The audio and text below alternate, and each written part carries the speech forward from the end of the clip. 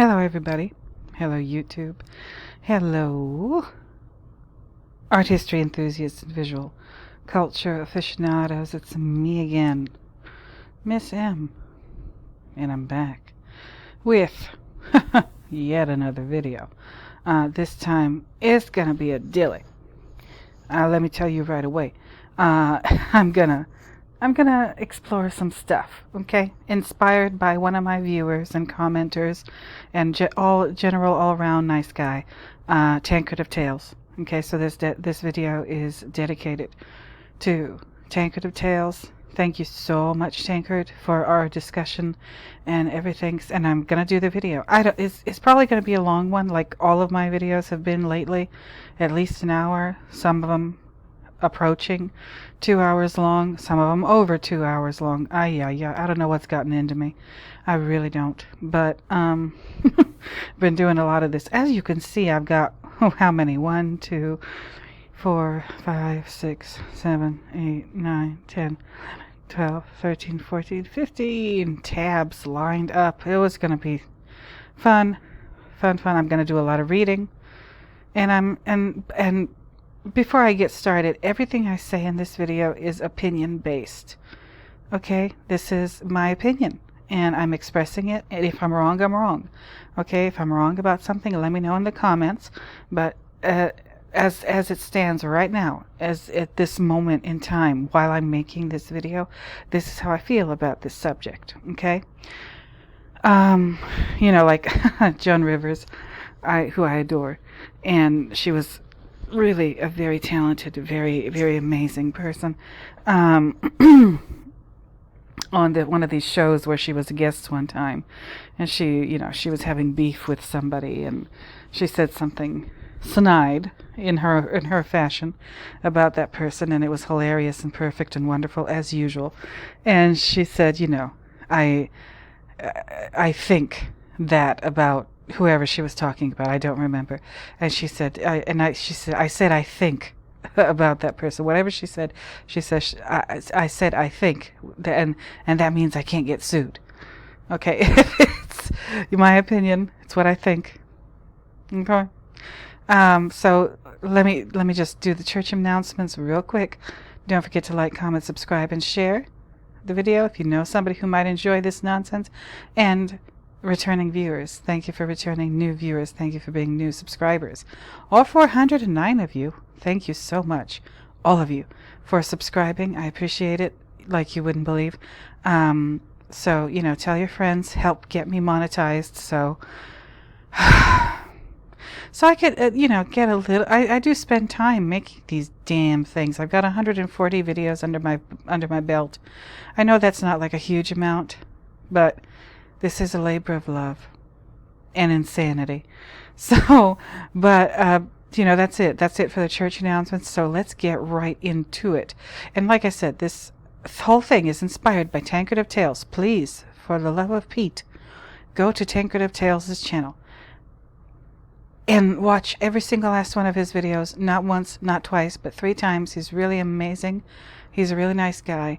And he inspires me. His comments are really, really insightful and thought-provoking. And yes, the sidebar, as you can see, I've been watching these eating videos. This guy, he just eats and eats and eats. And I've been watching my weight lately, and I'm still exercising every day. It's my New Year's resolution, and I'm still going strong. April 3rd, I've been going to the gym every day that it's open, 6 days a week, and I've lost about 15 pounds, and I'm not really restricting my diet, but I am aware of what I'm eating. And like when I watch videos like this, if you're like trying to eat less for whatever reason, watch one of these like eating challenge videos and just watch it, and you're gonna feel sick to your stomach. You're not gonna want food. At least, that's me. So, and oh, look at this Full Metal Jacket. Thank you, YouTube. Now you know. Now you're getting a better idea of what I like.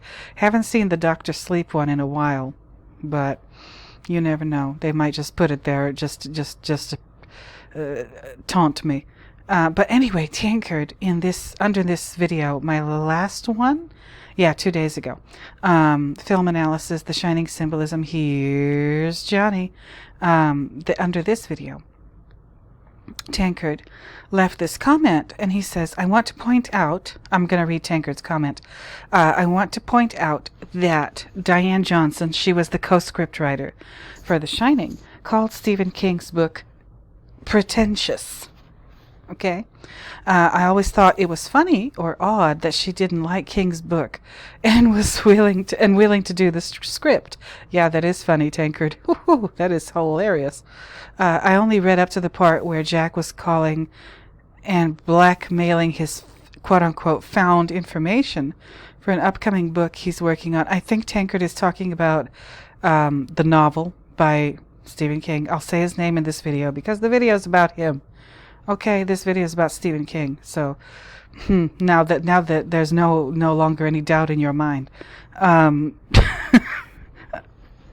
think I've solved the mystery, you guys. Or part of it. I always say I think I've solved the mystery, but like this mystery has so many puzzle pieces that you can't you have to solve one piece at a time.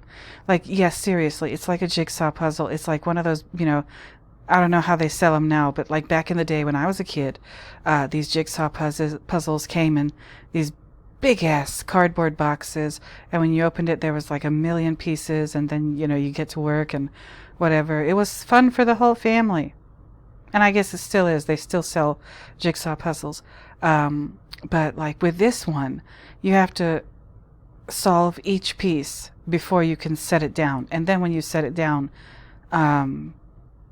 there's the issue of putting it all together so it makes a picture. So I'm doing it piece by piece. This is one piece, okay? This the Stephen King piece. And why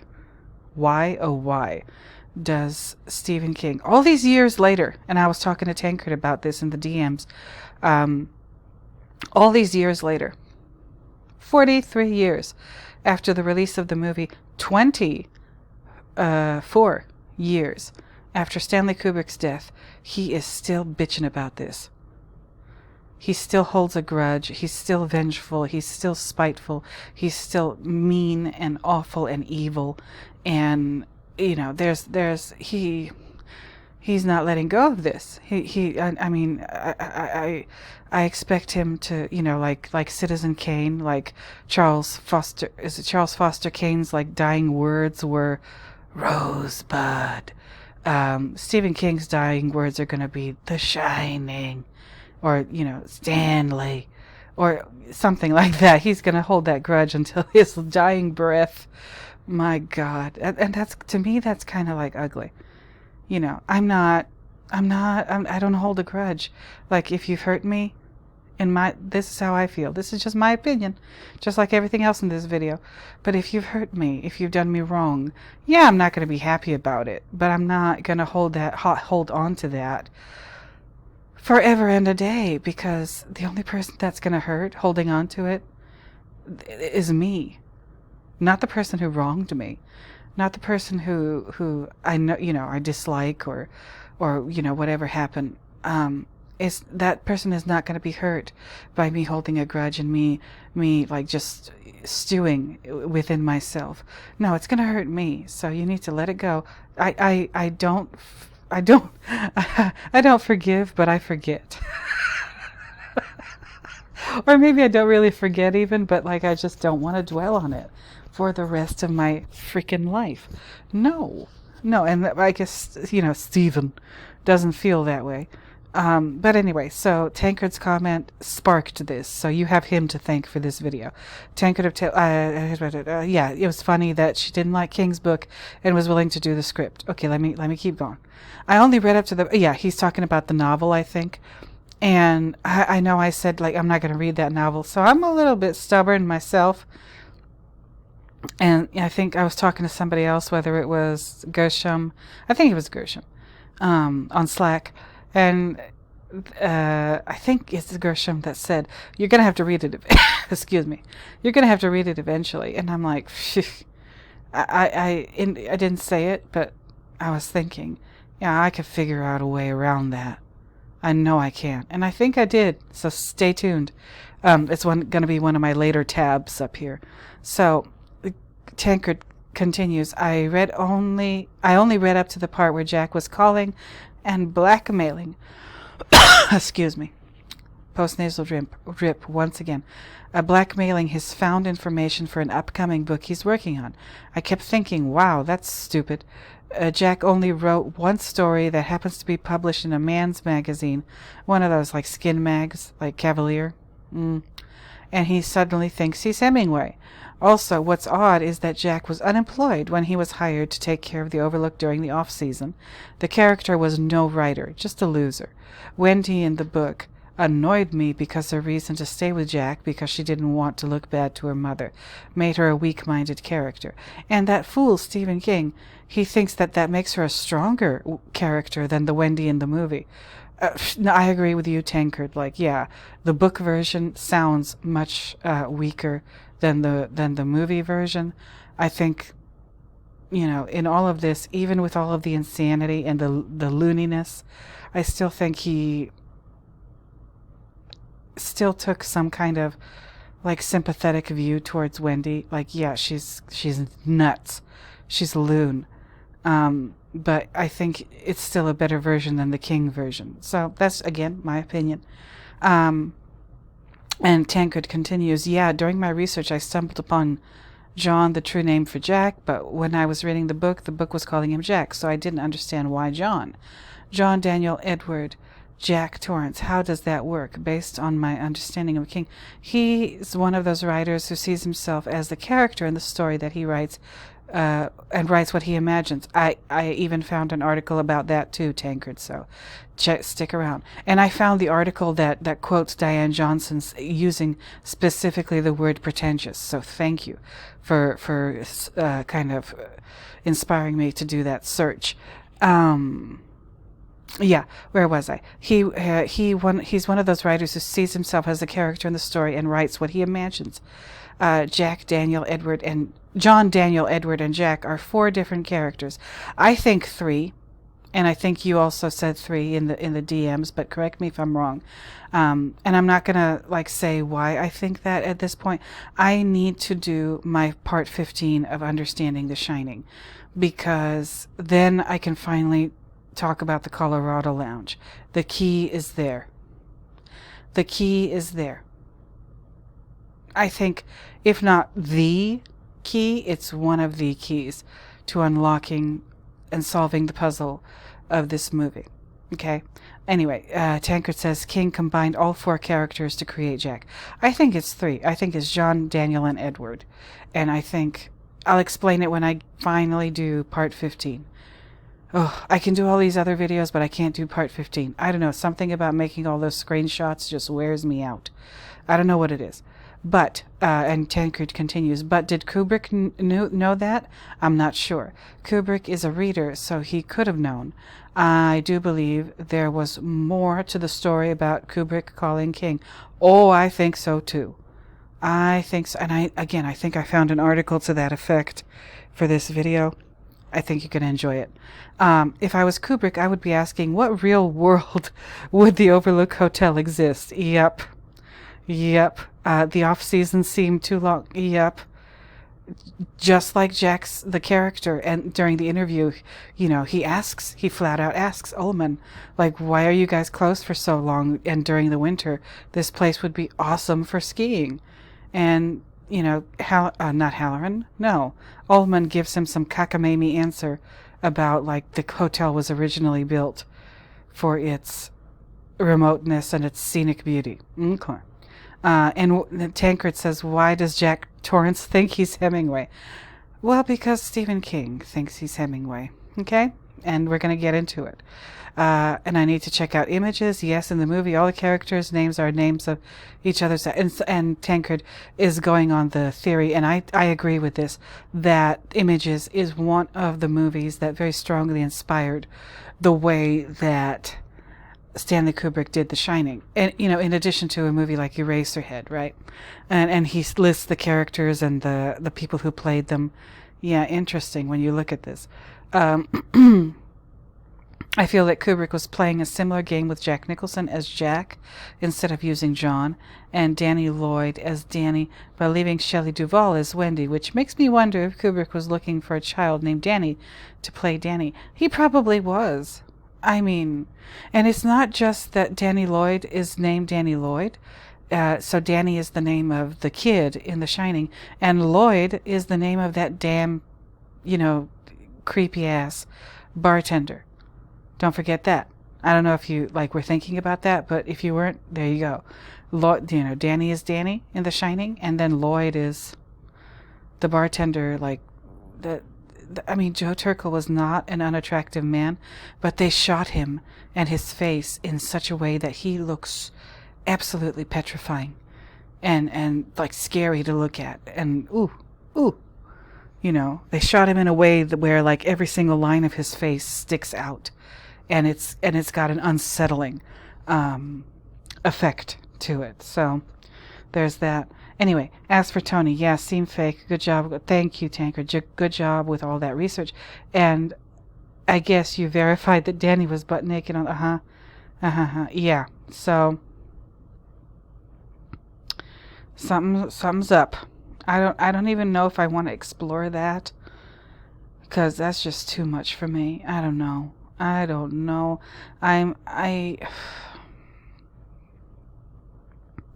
really don't know, but we shall see, right? I thank Tankard. Okay, I can't wait to do my next video. You might be surprised by what it is, and here we are. Okay, and Tankard says, maybe I've been digging in this rabbit hole for a long time. You and me both, man. You and me both. And I said I'm dedicating my next video to you, and here I am doing it. Okay, I am dedicating it. You are inspiring. I think I've solved at least one part of the mystery. Couldn't have done it without you. Yes. Okay. And he's writing another reply. This is what he started to write. Oddly, the more I think about it in the movie, there is no information that Jack wrote anything that was published. No, there isn't.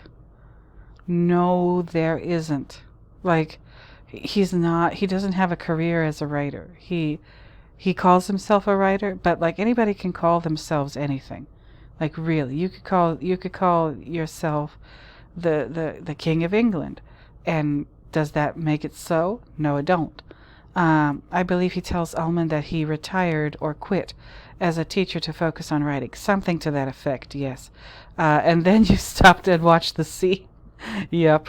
LOL, Jack was a teacher. He stopped being a teacher. Reasons unknown. I'm going to get to that in this movie. Movie. I always say movie. I don't know why. What's wrong with me? We're going to get to that in this video. He's a writer. Don't say he wrote anything that was published or why he dropped teaching, which made him money. Yeah, it made him money, but in the novel. And I think there's a reason that Stanley doesn't show us their prior life in Vermont before moving to Colorado, because maybe it's implied in the movie, but basically the family is running away from something. Okay, LOL, the only evidence we have is the apartment loaded with books. Yep. Jack fumbling at the typewriter and pages of all work and no play. Yep. I'm going to talk about that too today. Another Jack name is Jack Shit. As in, what are you doing today? I'm doing Jack Shit, meaning I'm doing nothing. Right? Yeah, absolutely. Yes. So thank you, Tankard, for all of these comments. And I'm going to, I think, get to everything you mentioned in this video. So let me just eliminate this. Right, and that's my homepage again. So Tankard, I found this, and to everybody, not just Tankard. This is an interview with author Diane Johnson. Okay, and there's a picture of her. She looks adorable. The Shining Adapted. This is from a website called The Terror Trap. I'm gonna, of course, leave it in the description, like always. Right, Diane Johnson was born in 1934 in Moline, Illinois. She first attended Stevens, an Academy of Future Airline Stewardesses, where her teachers encouraged her to write. Over the next 12 years, she left school for her first marriage, had 4 children, earned a Ph.D., in English from UCLA, got divorced, and published Fair Game, her first book, in 1965. In 1974, The Shadow Knows was released, earning favorable notices. Director Stanley Kubrick was so impressed by the novel's depiction of a person dealing with irrational occurrences, that he chose her to write the screenplay for The Shining, 1980. In 1983, Johnson took a break from fiction to write the biography Dashiell Hammett, A Life, with the authorization and help of Lillian Hellman. In 1997, Le Divorce was published by Dutton and became a national bestseller and a National Book Award finalist. The novel was turned into a film by Merchant Ivory in 2003. She now divides her time between Paris and San Francisco, continuing to write fiction, nonfiction, and criticism for numerous publications, including the New York Times Book Review. Johnson's latest book, Lulu in Marrakech, was published in 2008. Now, one thing I'll point out about this biography they give of her, it makes sense. Diane's biography as a writer, an author, it makes sense. I mean, I haven't taken the time to look at her Wikipedia page because that's not what this video is about, but she seems, her output as a writer is believable. It makes sense. Okay?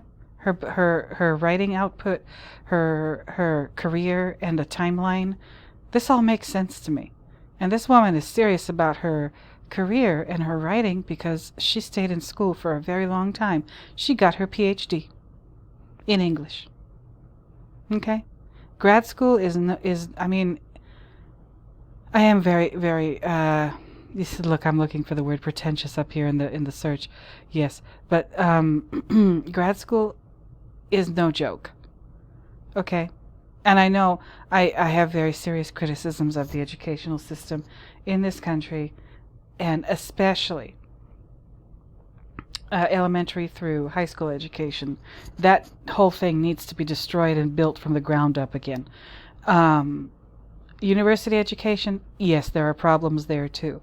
But the farther along you get in your education, you know, you get your undergrad degree, and then you go to grad school, get your master's, get your PhD. That is an ordeal and an undertaking, and you have to love it.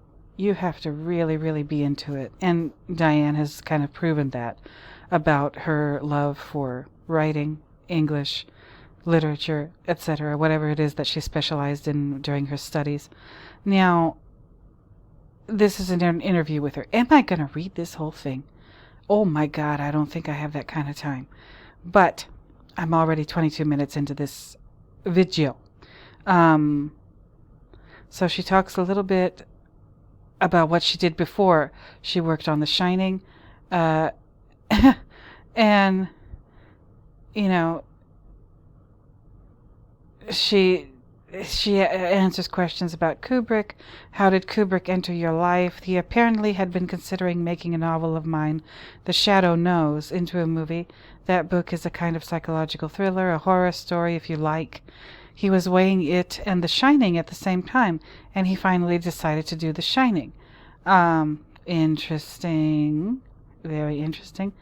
And then the interviewer asks her, you say he just called you up. What was that like? You answer the phone and he says, hi, this is Stanley. And she says, there had been a phone call ahead of time from somebody at Warner Brothers to let me know that Kubrick was going to be calling and wanting to know what was a good time. But after the first phone call, he called every night. Oh, Lord. Every night at 11 for a week. I was in London at the time, as it happened, so when, at the end of the week, he proposed that we meet, it was easy to arrange. Okay, this is interesting to me. After the first phone call, he called every night at 11 for a week. Okay, so this guy obviously didn't have any set working hours like the rest of us do, like in that kind of profession, movie making, whatever. Like, if he needs to call somebody at 11, like, I would never. Unless it's a very good friend, I would never call somebody at 11. But Stanley called Diane Johnson at 11 o'clock every night for a week. That's serious. That's a serious person. How long did you talk with him, and what did you talk about?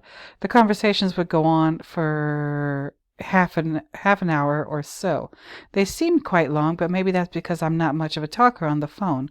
We talked about books. I remember being struck with how literary he was, how much he had read, and how his approach was very writerly.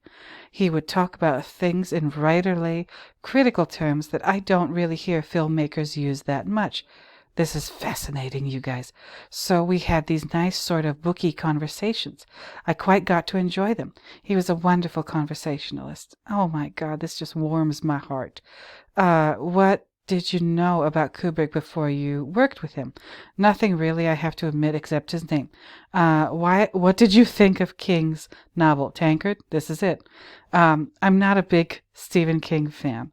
I'm not a big horror story fan, but I thought when I was reading it that it had a sort of surprising scariness considering its flaws, how kind of pretentious and predictable it is. But at the same time it was scary, so I admired it in that sense.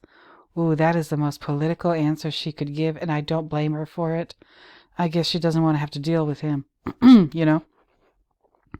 How long did you work on The Shining? 11 weeks. I worked something like 9 weeks in the first big block of time and then went back for another couple of weeks. Okay.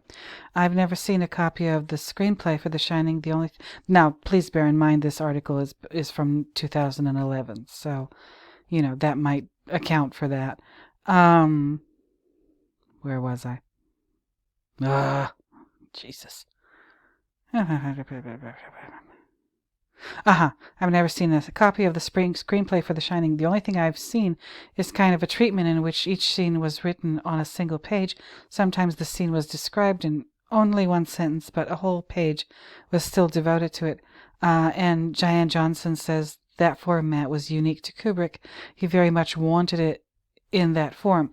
The very first state was like that, a scene on a page, and we worked quite a long time on getting the order of the scenes and the number of the scenes into a form that he liked. Then we added dialogue, but it never was what you think of as a modern screenplay with interior day, in quotes, and long descriptions and so forth. So there isn't really a screenplay. Then they ask her, how did it feel adapting another writer's work?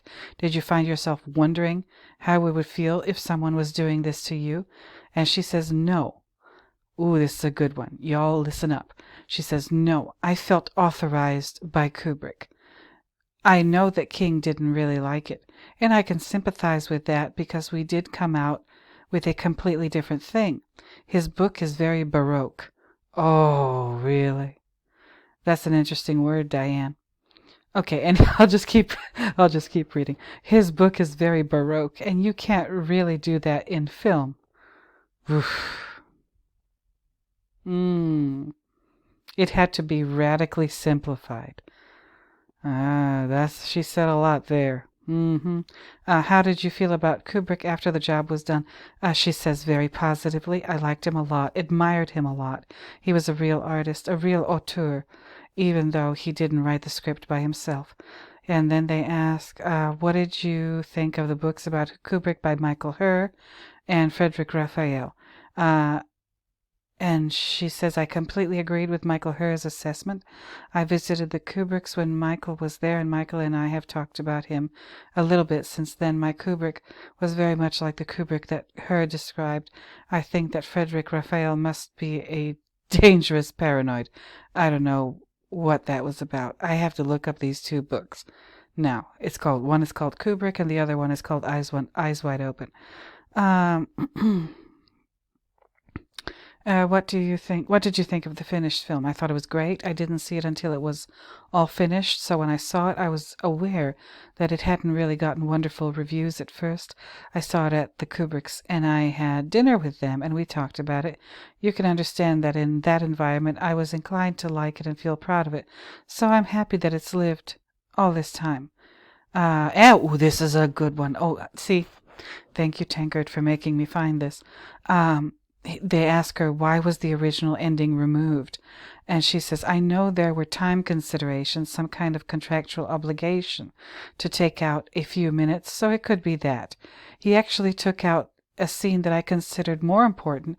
If you've read the novel, it's the scene where Jack finds the scrapbook in the boiler room, and I thought that was very important because you had to know the moment in which he came under the control of the hotel.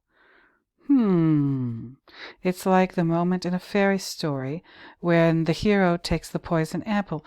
The main character makes a mistake that brings them into the grip of evil. So the boiler room is the grip of evil. Okay. That was when Jack made his mistake. And this is really interesting to me because, I don't know whether or not Kubrick told her why he did that, but it seems, or she's making it sound like she doesn't know why he took out either of the scenes, like the last one and then this boiler room one. To me, it sounds like Kubrick was trying to turn that around, and instead of having Jack meet whatever she's talking about, the grip of evil in the hotel, in the boiler room, he's taking Jack out of that and putting Wendy in. So she's the one that meets the grip of evil in that scene that we will talk about when I get to it, in Understanding the Shining part, whatever. That was when Jack made his mistake. And then she goes on. Before that, it could have gone either way. It's his vanity and his hope to be a great writer that leads him to take this scrapbook as a gold mine of subjects that was written and shot. I was sorry to see that Kubrick cut that out. I would have argued to take out something else. Okay.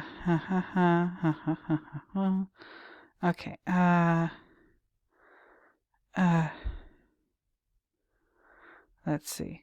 I'm just seeing. Oh, she's worked for a lot of other people. Francis Coppola, Mike Nichols, Volker Schlendorf. Okay. This is interesting. This lady is a serious person.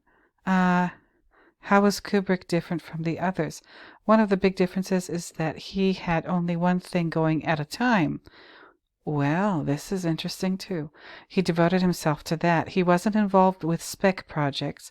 He was building sets at the same time the script was being written. This is fascinating, as Alexander Rogers would say. Oh my goodness. And it already had been cast. He knew he was going to make this film. I have the impression that lots of directors work in a more, well, we'll see what comes through sort of way. They say, we'll go this far, but no farther, and then we'll see how much money we have. Okay, so Stanley was doing like several different things at the same time. No wonder he was calling people at 11 o'clock at night. Okay, okay. Okay, this is an interesting question, maybe for the writers in my audience, if there are any. The interviewer asks her, I'm about to adapt a novel into a screenplay. What's your advice to me? And Diane says, the procedure that Kubrick advised, and which I followed ever since, is to get that order of the scenes right. Decide on the 120 most essential scenes, and then work with the structure until you get it right, bearing in mind the themes and the need for characterization and all the things that you should bear in mind. Francis Coppola has a good way of doing it, where he goes through the book and marks with 3 different color pens for theme, character, and plot. Then he cuts them out and puts them together in a kind of skeleton form. You know what, you could probably apply this to a lot of different endeavors, not just adapting a novel into a screenplay. Like, if you're writing a thesis or a dissertation, this might help you too. I don't know. This is interesting. So I'm going to, she's a teacher too, right? I think she also taught writing. But, please, I'm going to leave this in the description. We have learned a lot from Diane in this interview. I'm so glad I found this. So glad. Lots of good information here. Now, let me just move on to the next link, or tab rather. This. I found this, and I haven't read it yet. I wanted to read it with you guys. Okay? Screen Rant. Why Stanley Kubrick refused. It says refused, you guys. Why Stanley Kubrick refused to read Stephen King's The Shining script. And then I've got a couple more. This isn't it. I've been digging a little bit. This is from /film.com. Why Stephen King hated Stanley Kubrick's adaptation of The Shining so much. I want to see how long this is, because I just found these, and I haven't read them. I've skimmed, but I haven't really read them. I wanted to read them, or, do a deeper skim with you guys. Anyway, this one, this is, I hate this thing. This is gross. This picture from that awful miniseries. Why Stephen King preferred the 1997 TV version of The Shining over Kubrick's classic. I already have my mind made up about that, but, never mind me. Again, there's that damn mallet. And so I don't know which one of these to read first. I just don't know. Maybe this one.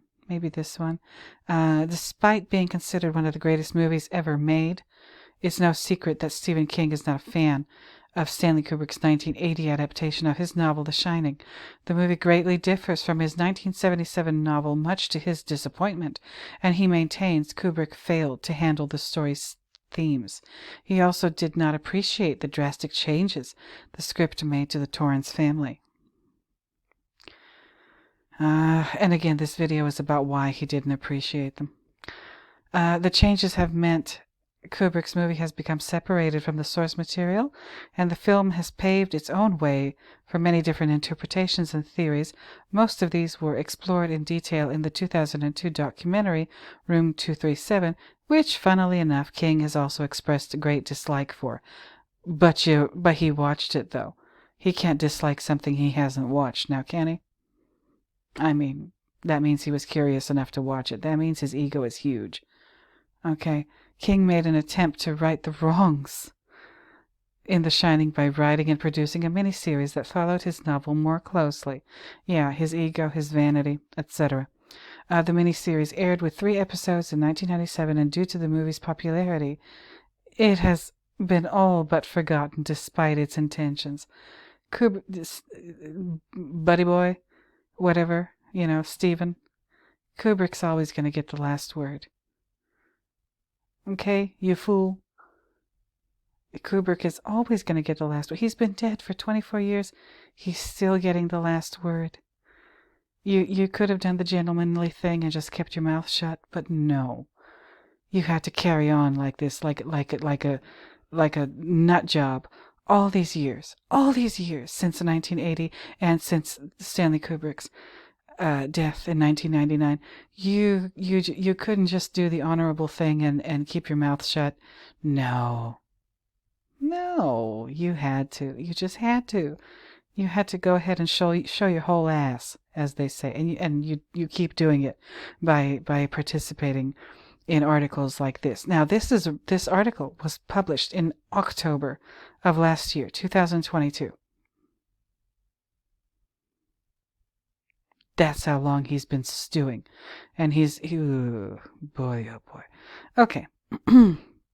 Yeah, of course your mini-series is going to be forgotten in comparison to Stanley Kubrick's masterpiece. Like, what are you thinking? King drew from his own alcoholism when writing The Shining. I don't care. I really don't care.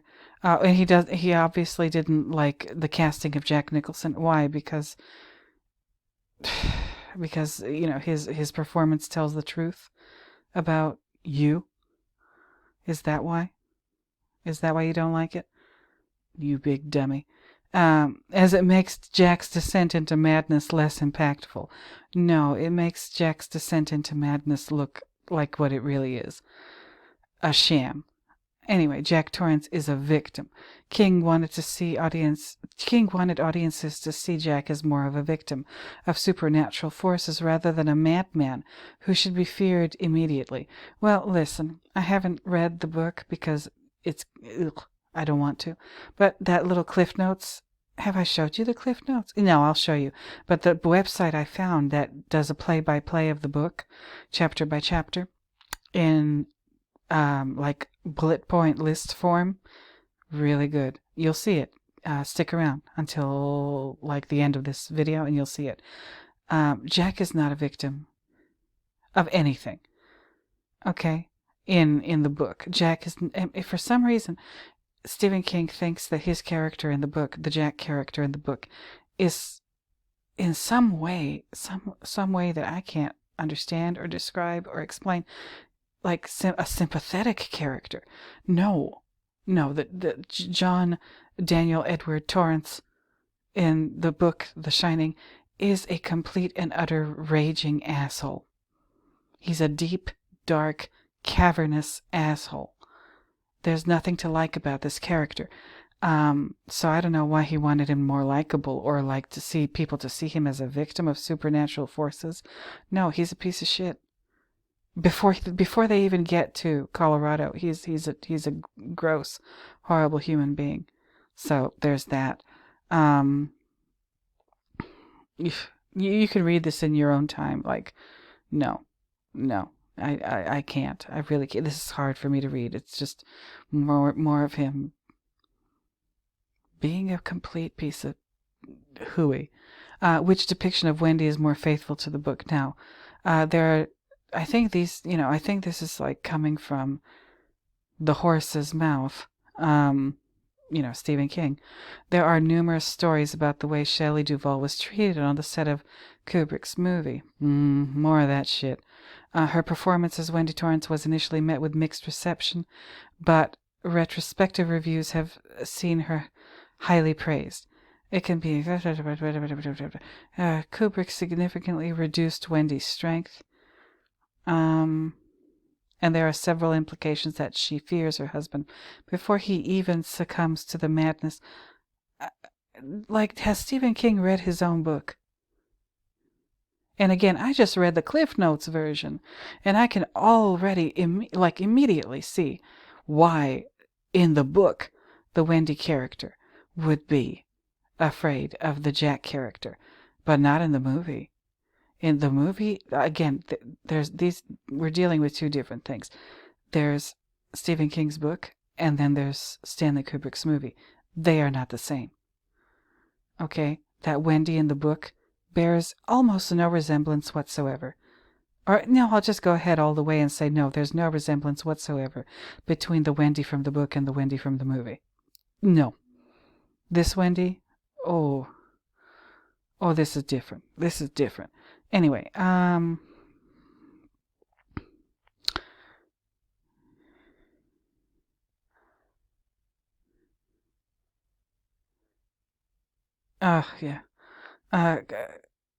I need to find this. Upon the release of the film, Kubrick explained his reasons for changing Wendy's character. I don't have time to look at this now.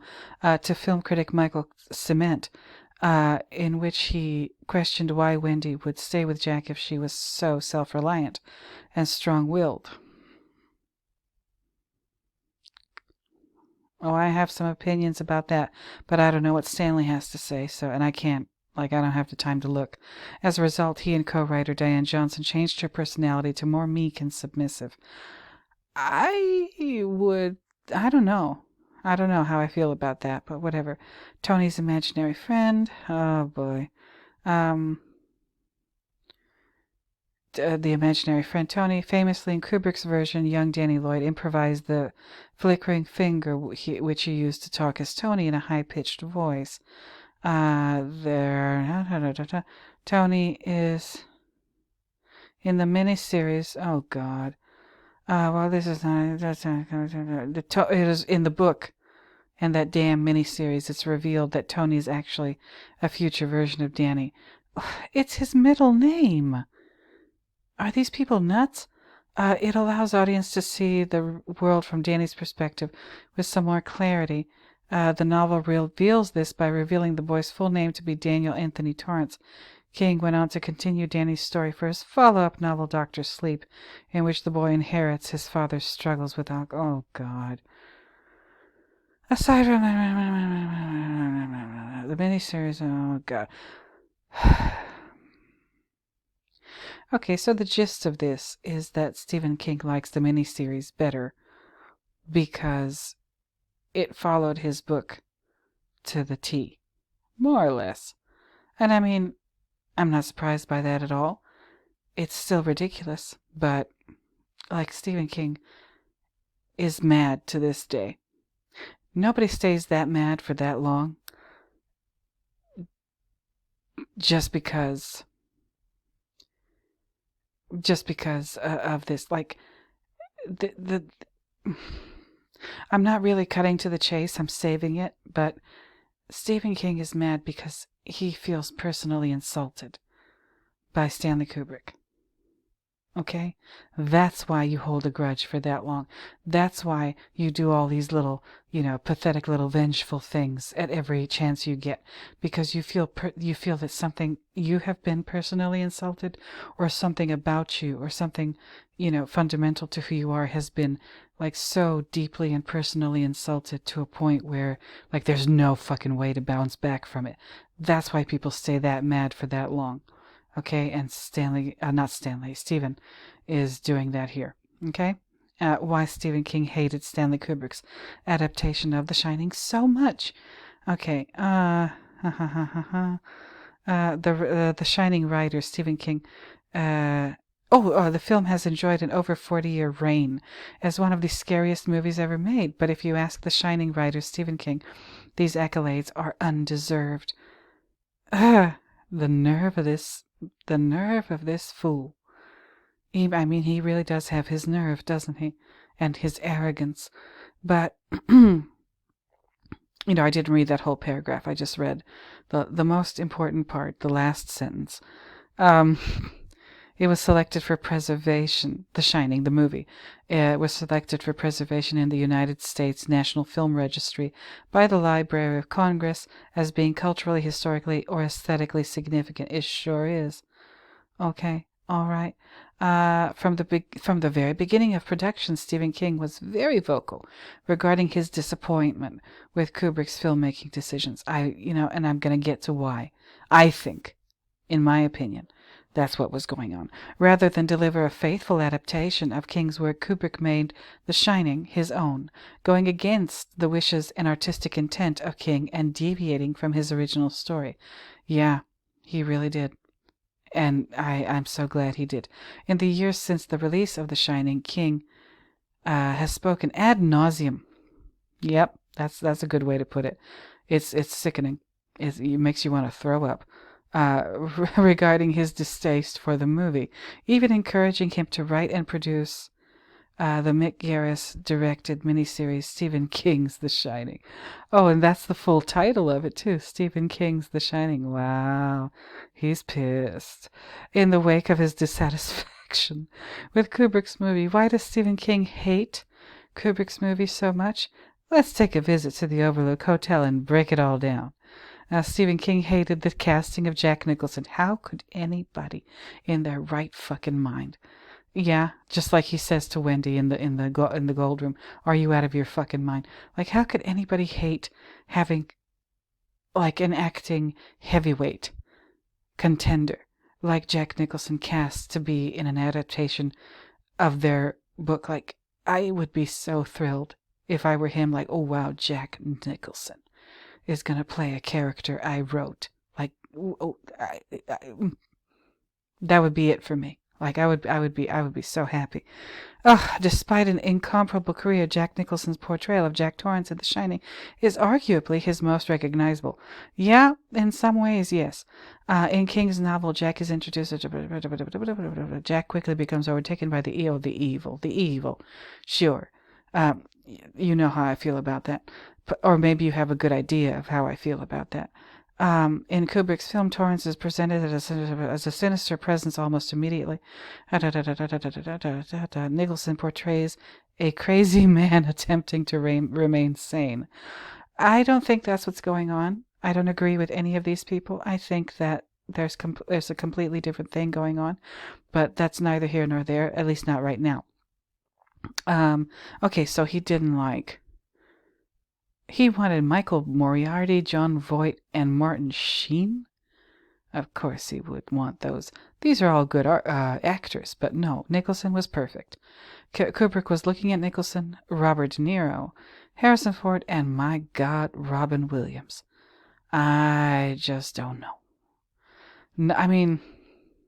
No, it had to be Jack Nicholson. No, there's no other. No, only him. Only him. Okay? From the moment King heard Kubrick was looking at Nicholson for the role, he disavowed the casting. Ugh, who cares? He's not the director. He's possibly not even the writer. Yeah, I said it. Kubrick completely changed Wendy Torrance. We already kind of talked about that. He thinks that Wendy is weak in the movie. I don't, but whatever. Yeah, King has been vocally critical of the change, calling Duvall's characterization of Wendy as one of the most misogynistic characters ever put on film. Listen, I'm pretty good at spotting a fake feminist. And I think, I don't even need binoculars or a telescope or, a very clear view. I think I've spotted one right here. So let me just put that, I'm gonna leave that right there, as they say. King and Kubrick fundamentally disagree on what makes horror. Yep. Oh, this is interesting. I'll read this. In a TCM documentary, At Night at the Movies, The Horrors of Stephen King. Oh, the accolades this man has, and the attention this man has gotten over the years. And for what? For what? At best, mediocre writing? Eesh. Anyway, King mentioned a phone call he had with Kubrick regarding ghost stories and the possibilities of life after death. Kubrick told King that there's a fundamental sense of optimism with ghost stories because they imply an existence after death. Stanley Kubrick was a genius in many ways. The question they ask you sometimes, if you could have dinner with any person, anybody, living or dead, who would it be? I never had, a really good answer to that question, because, what would I talk about? With, Betty Davis. I like her a lot. But, or maybe I think we would have a good chat, me and Betty. But, Stanley Kubrick, definitely. That's my answer to that question, at least now. If I could have dinner and talk for hours with somebody, it would be Stanley. I don't know if he was a very talkative person in real life, but I would love to ask him all kinds of questions at this point. Anyway, that's what he said, and he's right.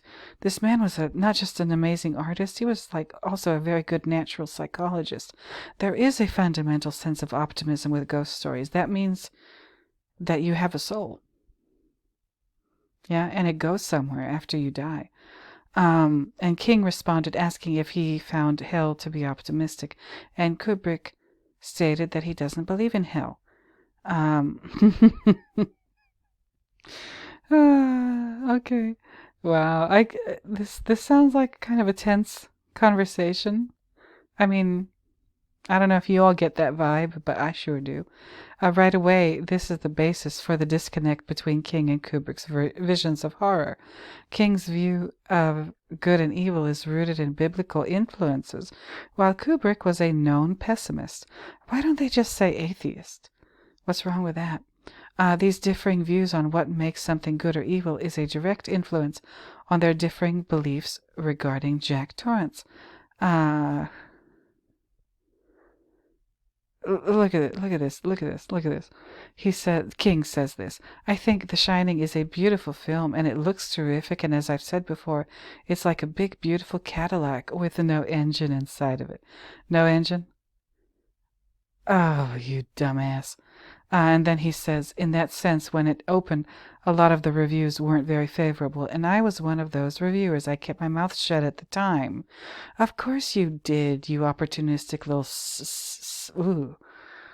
so-and-so. You opportunistic little so-and-so. Of course you kept your mouth shut. This movie, no matter what you thought of it, it helped make you famous. It helped you earn all that money that I don't think you deserve, to be frank. But you kept your mouth shut at the time, but you didn't care for it much. Of course, you didn't care for it much because Kubrick opened his hand up and slapped you right across the face with it. Figuratively, of course. King has definitely opened his mouth in the years since, unafraid to express how he really feels. And it's probably especially easy for him to do that when the target of his ire is dead. Hmm? Yeah? Yeah, he's a coward. That's what I said. The movie has no heart. There's no center to the picture. Yes, there is, Stephen. You're the center of the picture. And Stanley Kubrick didn't like you. Or your awful little book.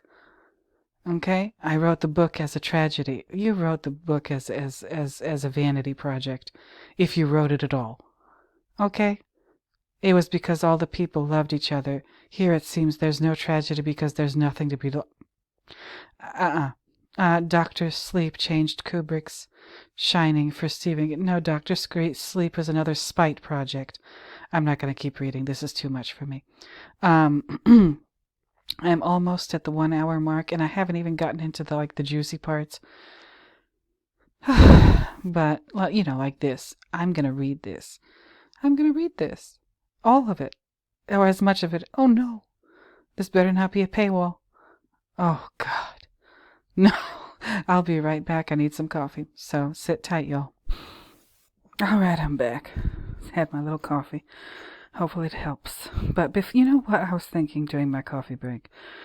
Maybe I should save this article for last in this video. Let me just reposition this thing and push it all the way to the end.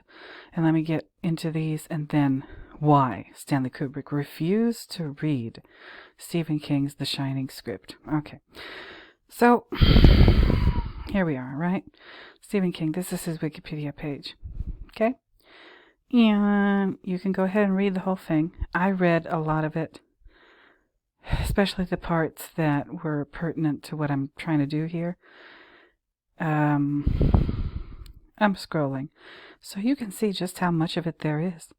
Okay? Look at all these awards. There's a separate link to the bibliography, and then there's a filmography. Look at this. Look at how many of his books have been made into movies. One that he even directed in 1986.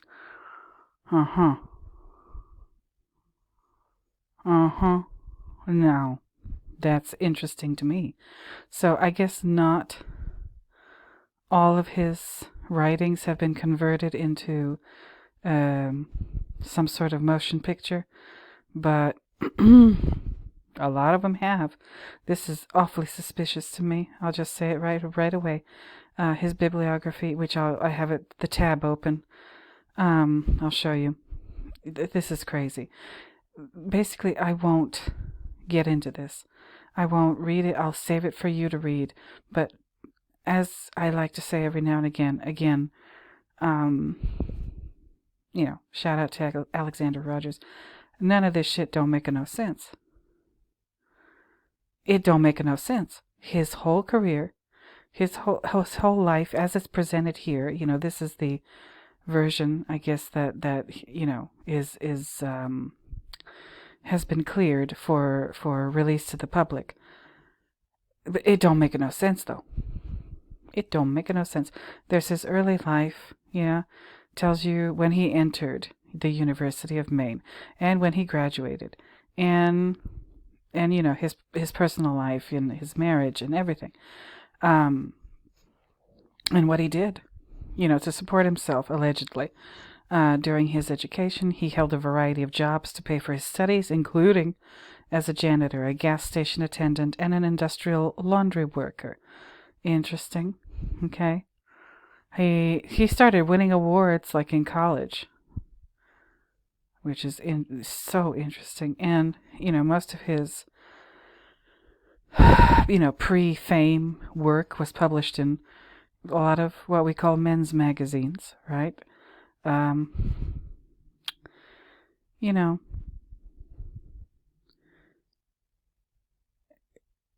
His biography makes no sense.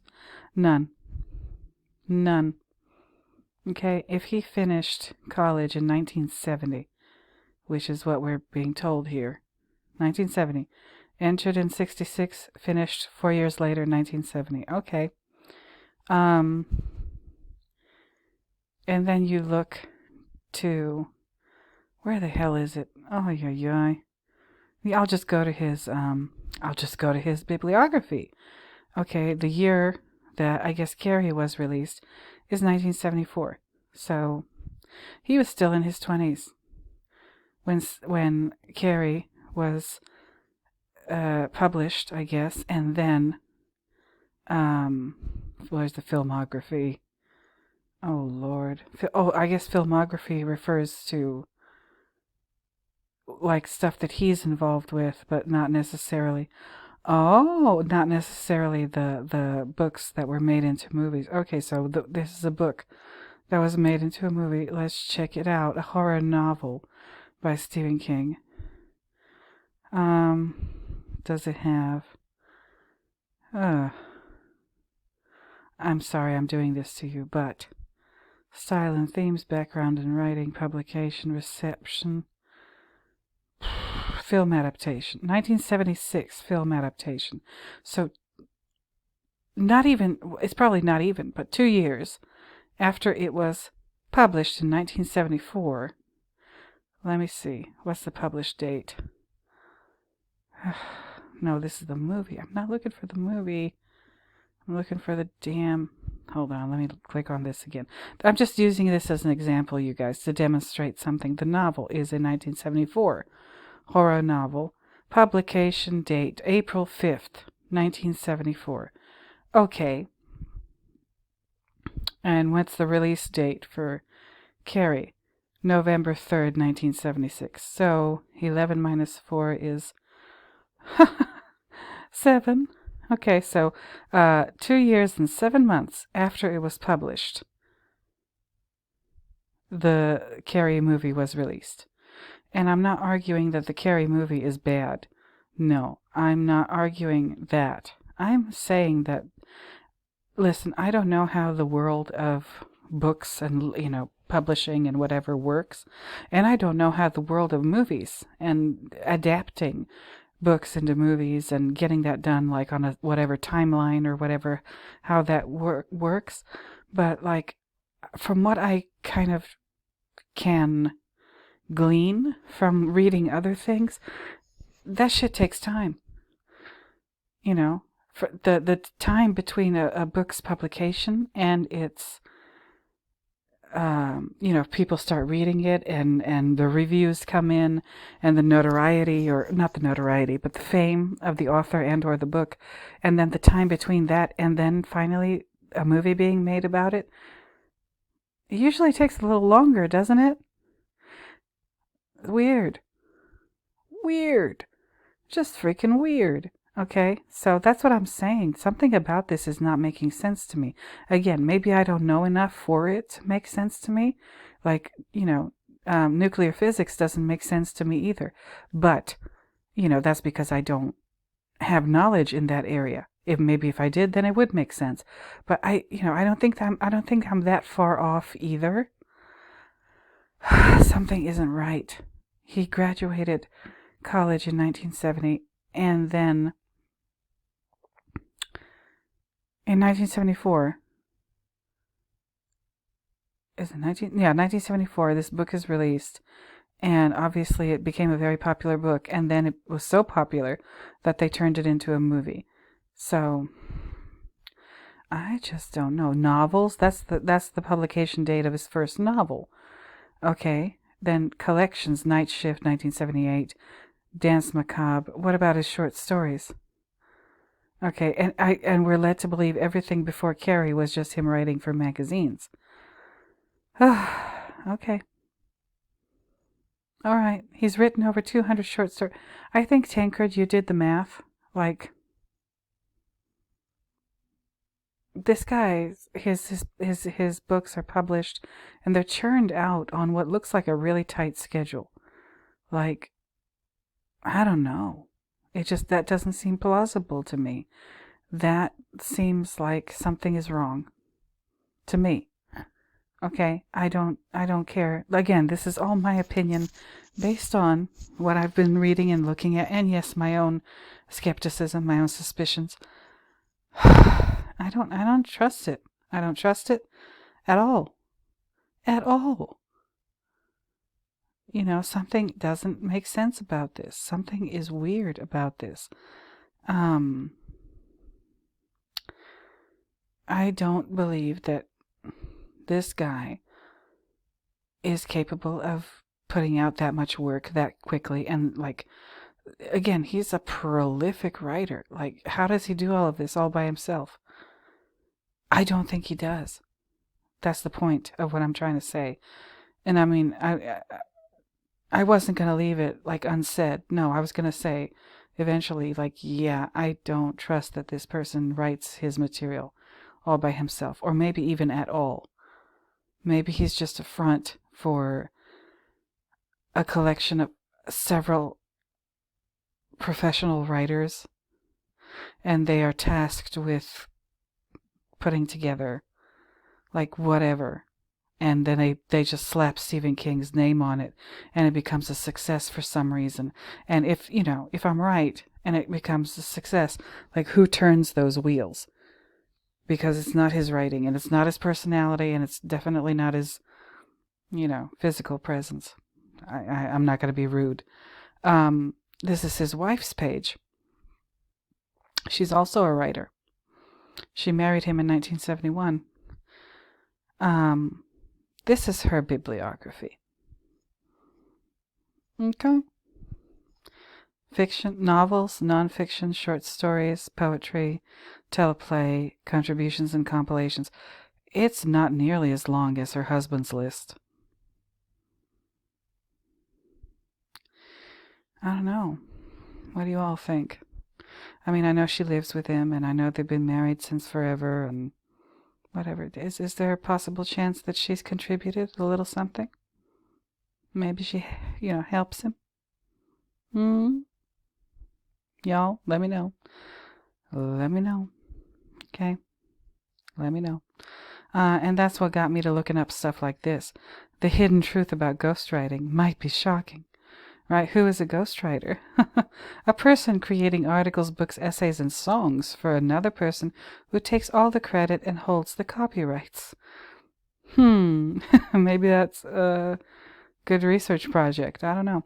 Yes, an original author gets paid. However, fame and glory and recognition, shall there be any, of course, will pass over to the contractor.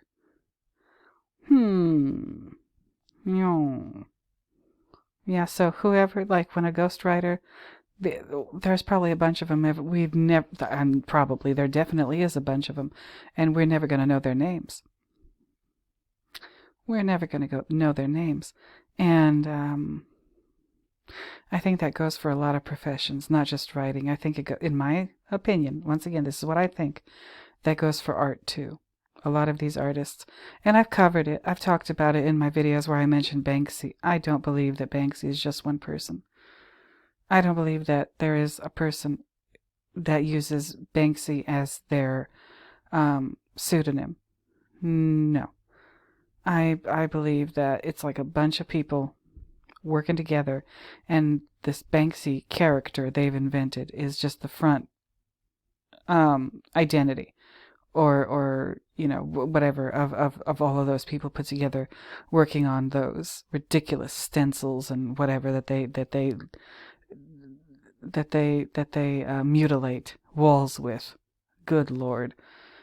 So anyway, who is a ghostwriter? Is it fair? 50-50, but writers usually do it with eyes open. Some to earn extra cash, some to make first attempts in professional writing under a recognizable quote-unquote brand, some for the sake of writing, being too modest and too shy to face the outcomes of possible popularity. Yeah, I guess Stephen King has no problem with that. As a rule, ghostwriting takes place in two spheres, literature and music. Okay,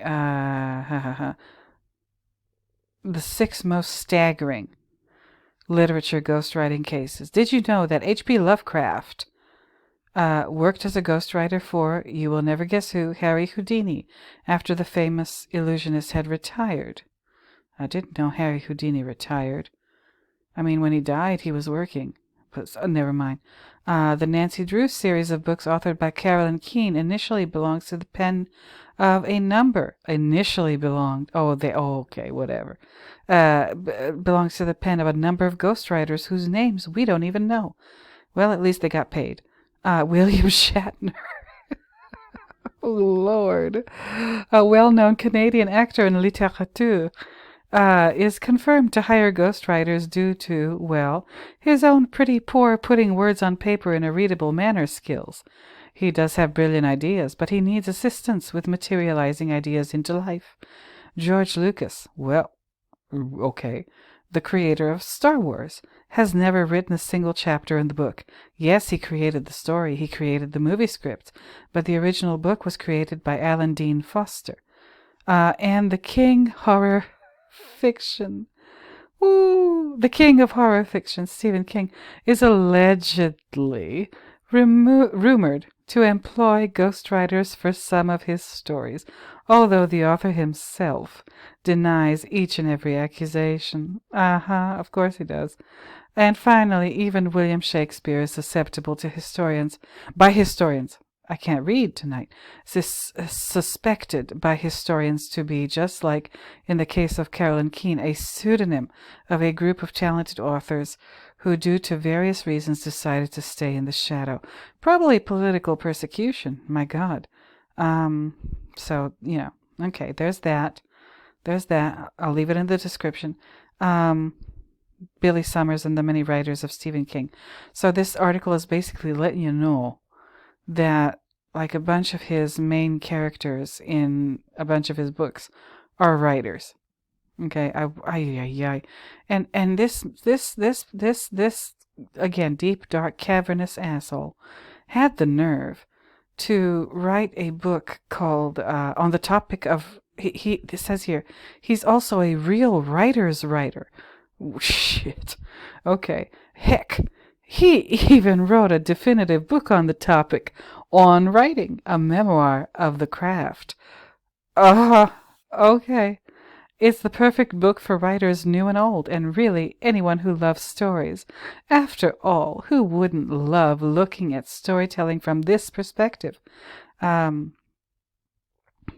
Okay, let me, what is this? We're not even in the same year together, let alone the same room, except we are together. We're close. We're having a meeting of the minds. I sent you a table with a red cloth on it, a cage, a rabbit, and the number 8 in blue ink. You got them, especially the blue 8. We're engaged in an act of telepathy. No Mythy Mountain shit. Real telepathy. Is this from one of his books? They don't say, but I mean, the article's about him, so. If this what I just read is an excerpt from one of his books, oh shit, no. No. The nerve. This is supposed to be the celebrated author?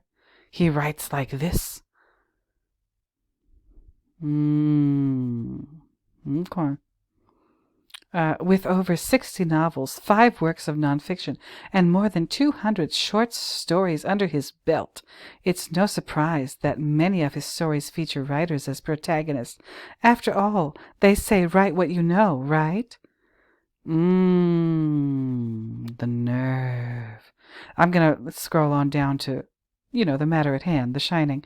The Shining. Okay. The Shining, all roads lead back to the Overlook. Unfortunately, actual ghosts aren't as conducive to writing for a recovering alcoholic and aspiring writer Jack Torrance as they are for Mike Noonan. Who the hell is Mike Noonan? Oh my God. After getting fired from his job, I know it's probably a character in the book, but I didn't read the damn thing. I'm gonna read the Cliff Notes version, I promise, but I'm not gonna read the actual. No, forget that shit. After getting fired from his job as an English teacher. Oh, by the way, now that this jogged my memory, why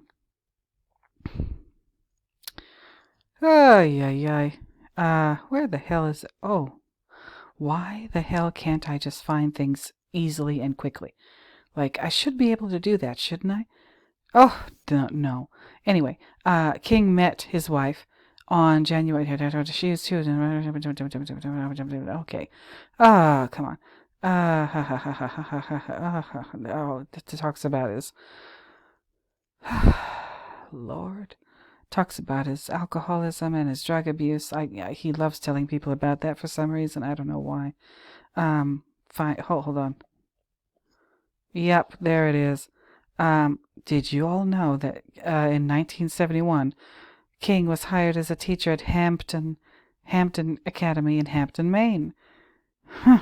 In 1971. 1 year out of college.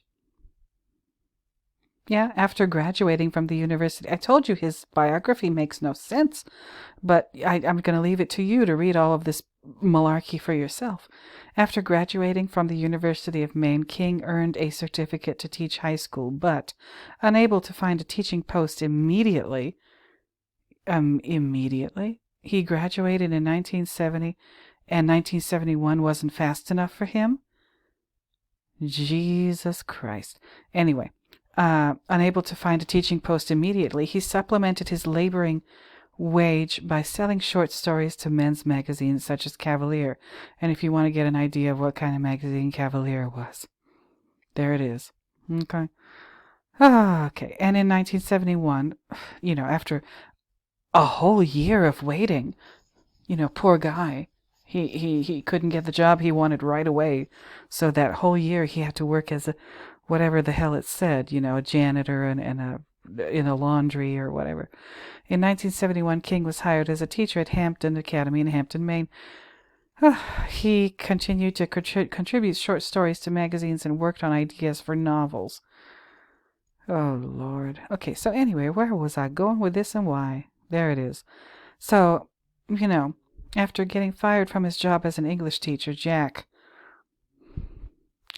moves his family to Sidewinder, Colorado, to work as the winter groundskeeper of the Overlook Hotel during its off-season. He tells his reluctant wife and himself the move will be good for them. Their family will have a chance to heal and bond in this picturesque setting. No. He'll finally get around to writing that book. Yeah, I guess, right? And achieving his dream of becoming an author. Really? Alas, some dreams just won't ever come to fruition, especially if the place you choose to reset your life is a haunted hotel that feeds on the misery and despair of its inhabitants. After all work and no play makes Jack a dull boy. The Shining is classic King, filled with ghosts and even more terrifying bouts of rage and fears of being emasculated. Yeah, he's a feminist, right? Made only more unsettling when you find out that King realized years later that he basically wrote the book about himself in a kind of self-psychoanalysis. Side note, when you read Billy Summers, keep an eye out for certain horrifying animal-shaped hedges. Okay, listen. He knew he was writing about himself when he was writing about himself. Come on now. The things that this man expects people to believe is out of this world. It's just astounding. Absolutely astounding that he really thinks people are this fucking dumb. It's insulting. It's really, really, really insulting. But never mind all that. Now you see. Yeah, King realized years later. Not while he was doing it. No. Of course not. I guess he doesn't have that kind of self-awareness, eh?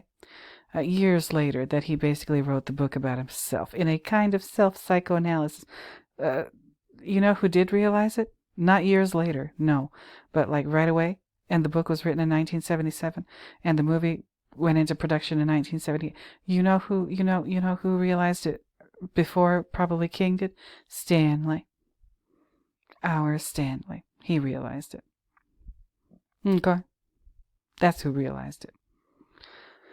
So, there's that. there's this article from the New York Post from October 1999. Look at this. I'll read it because it's short, okay? Author is frighteningly wealthy. And it was written on, October 31st, Halloween. Stephen King may never write another novel. May never write another. Really? I didn't know. I guess this was like right after his car accident, and maybe there was some fear that he would never be the same again. I don't know. Read about it in his Wikipedia page. I'll leave the link in the description. But he won't need a day job. He already earns $40 million a year. And this is back in 1999. This is inflation prices. The Horrormeister is not just an author. He's a haunted empire.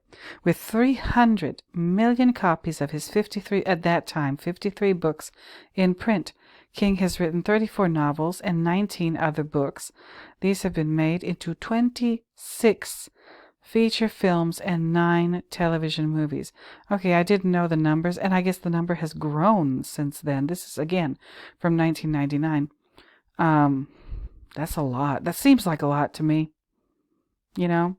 Out of 34 novels and 19 other books, 26 of them have been made into films. Really? What kind of deal with the devil did this man sign in order to get this kind of fame this quickly and this consistently? There has never been a lull in his career. Ever since he became famous, and again, how the hell did that happen? His first book became so famous that they made it, his first published novel, Carrie, 1974, became so famous that a little more than 2 years after it was published, here comes the movie released in 1976, 2 years later. Really? And he expects us to believe that he wrote that, The Shining, and he didn't realize he was writing it about himself. The nerve. Anyway, he also acted in, directed, and produced movies for the large and small screen at any one. He has also acted in, directed, and produced movies for the large and small screen, and at any one time he has several projects in the works. Like I said, this fool stays busy. If it is him we're dealing with. I don't believe he wrote any of his books. There, I said it. King's books regularly sell more than 1 million copies, and 20 have made the New York Times bestseller list. 20 out of 34. That's pretty good, huh? In 1996, he had 4 of the top 5 spots on the Times list of paperback bestsellers. He is so prolific, he even has his own book club. Oh boy. King laid the cornerstone. It's an interesting choice of words. He laid the cornerstone of his empire in 1973 with the horror novel Carrie. He was a lowly English teacher at the Hampton Academy in Hampton, Maine, when he penned the tale of an awkward teen who is invited to the prom only so her cruel classmates could make fun of her. Okay, maybe I'm being a little sexist myself, but that just doesn't sound like the kind of book a man would write. Is it just me? Is it just me, or does it sound more like the kind of book, a woman would write? Y'all tell me. I don't know. But she has powers none of her harassers can imagine, and unleashes her rage in the school gym. The book was a success, and King quit teaching to write full-time. After one successful book, he quit his day job. Okay. In 1976, Carrie was made into a hit Brian De Palma movie. 4 years later, King had another big movie, Stanley Kubrick's production of his novel, The Shining. His latest book, Hearts in Atlantis, written before his crippling accident in June, is already a bestseller. Okay. How? Like, seriously, how? I don't understand this. It doesn't make any sense to me. Oh, and by the way, where's the part in his biography about his accident? I know it's here. It's a big part of his mythology. Where's writing style, the critical. Again, I should be better at this. Oh, yes. Car accident. I'm not going to read this whole thing. Anyway. Uh, did I read it here? Oh, yes, yes, yes, yes. So, in June of 1999, okay? And that's why this article was saying he might never write another novel again, but he doesn't have to because he's already so freaking rich. Okay, in June of 1999, the accident happened, and I'm just going to jump down until down to here. Okay, and his injuries: a collapsed right lung, multiple fractures of his right leg, scalp laceration, and a broken hip kept him at CMMC until July 9th. Okay, that's 19 is there's about 30 days in a month. So 19, that's what, 11 days left in June, and then 9 in July 9th. That's 20 days with all these injuries. Okay, his leg bones were so shattered that doctors initially considered amputating his leg, but stabilized the bones in the leg with an external fixator. All right. After 5 operations in 10 days and physical therapy, King resumed work on writing in July. Okay. In July, after this kind of accident with that many injuries, 5 surgeries in 10 days, and he was kept in the hospital until July 9th, and he resumed writing whatever book he was working on in July of that same year, though his hip was still shattered and he could sit only for about 40 minutes before the pain became unbearable. This last line, like, I don't know. I mean, I know what I think, but I don't know what y'all are going to think. King's lawyer and 2 others purchased Smith, the person who, hit him with the car, Smith's van for $1,500, reportedly to prevent it from appearing on eBay. My ass. The van was later crushed at a junkyard, to King's disappointment, as he had fantasized about smashing it. Okay. I'm just going to leave that right there.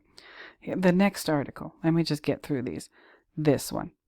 Okay, I fixated on Carrie for a reason, okay?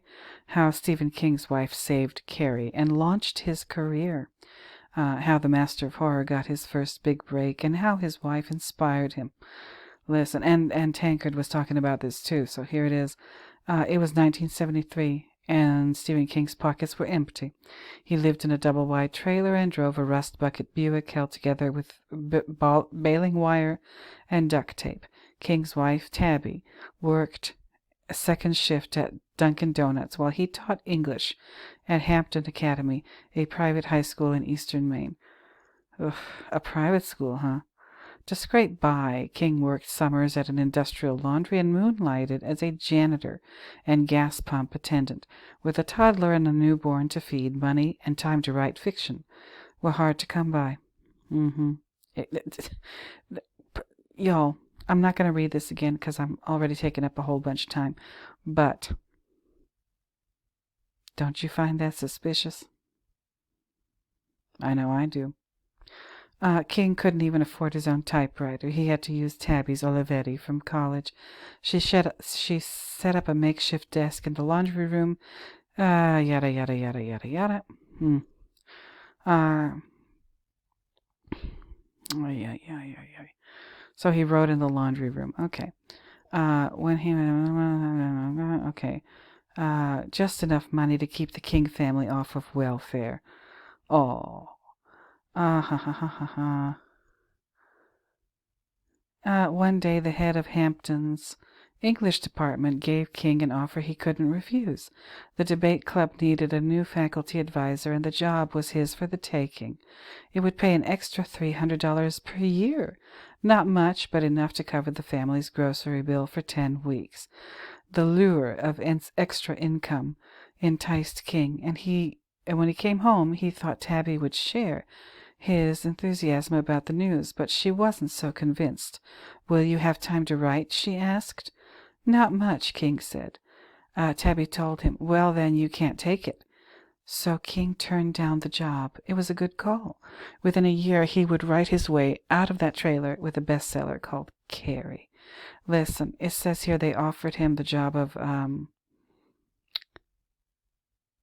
a faculty advisor for the debate club. I don't know if you know this, but in the novel, yeah, Jack is an English teacher, but he's also, what it says here, a faculty advisor for the debate club. So y'all are telling, or he's trying to convince people that he didn't know he was writing about himself when he wrote The Shining. I'm going to say it again. I'm going to ask the question again. Does he read his own books? Okay. I'm going to have to take a quick break again. I'll be back in a minute. Hold on. Okay, I'm back. All right, you all. I don't know how you're feeling about this so far, but ooh, Lord. Anyway, so he turned down the job as the faculty advisor for the debate club. Sure he did. Yuck. I don't believe anything he says at this point. Anyway, a pair of writers. There's a running joke at the King dinner table that Stephen married Tabby only because she had a typewriter. Okay, that's only partly true. King laughed. In 2003, I married her. Oh, God, no. Ugh, growing up, neither of them had much, yada, yada, yada, whatever, sob story. Both of them dreamed of making it someday as writers, but during their first year together, they amassed a collection of rejections instead.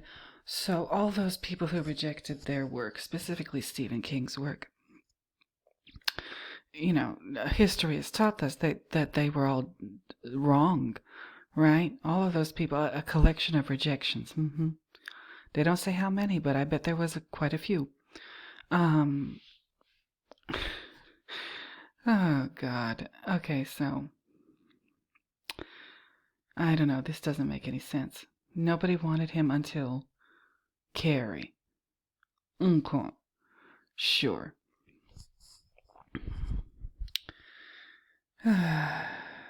Dear God.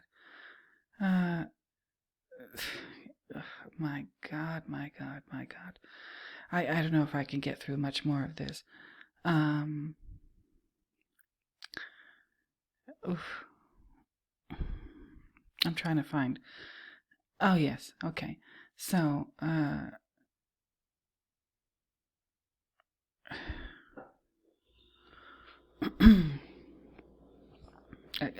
this is about him writing Carrie. Okay, so he would when he started, he typed 3 single-spaced pages, crumpled them up in anger, and dumped them into the trash can. Sounds like somebody we've seen, right? He was disappointed in himself. His critics were right. He couldn't write from a woman's perspective. I think, yeah, they were right. I don't think he wrote it. The whole story disgusted him, too. Carrie White was an annoying, ready-made victim. Worse yet, the plot was already moving too slowly, which meant the finished product would be too long for any magazine. So he threw it away. Okay.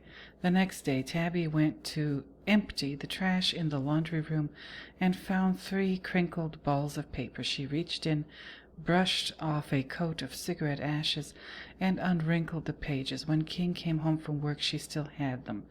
And I guess she said to him, "You've got something here. I really think you do." Over the next few weeks, Tabby guided her husband through the world of women. How dare they? Giving tips on how to mold the characters in the famous shower scene. 9 months later, King had polished off the final draft. 9 months, eh? 30 publishers rejected it. I wonder why. Published at last. Okay, whatever. dear God. Uh, oh, they were so poor they didn't have a telephone. Sheesh. Okay, whatever. Anyway, he broke through with Carrie because his wife believed in him and found the crumpled up pages in the trash and made him work on it. Yeah. Maybe she wrote it. I mean, she is an author. She saved Carrie and launched his career. That's how it happened, sure. The author. This is from his website. Okay? This is from his website. It's an interesting read. Oh, boy. This is the part that I wanted to share with you. Okay? After Carrie, it was published in the spring of 1974. The spring of 1974. The movie came out, what did I say, November 1976? That same fall, the Kings left Maine for Boulder, Colorado. Well.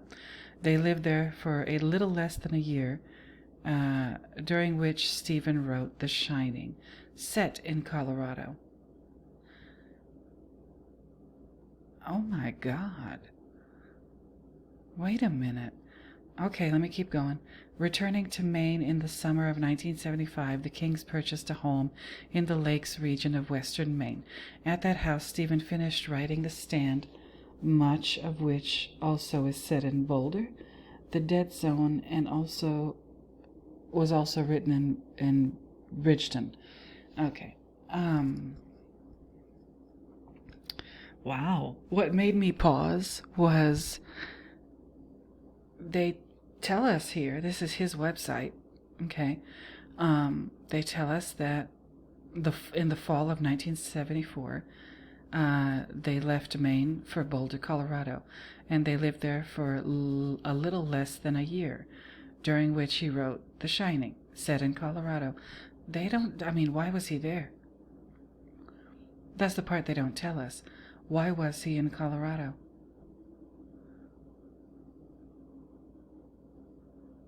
I don't see an answer to that question here, but, whatever. He wrote The Shining while he was there.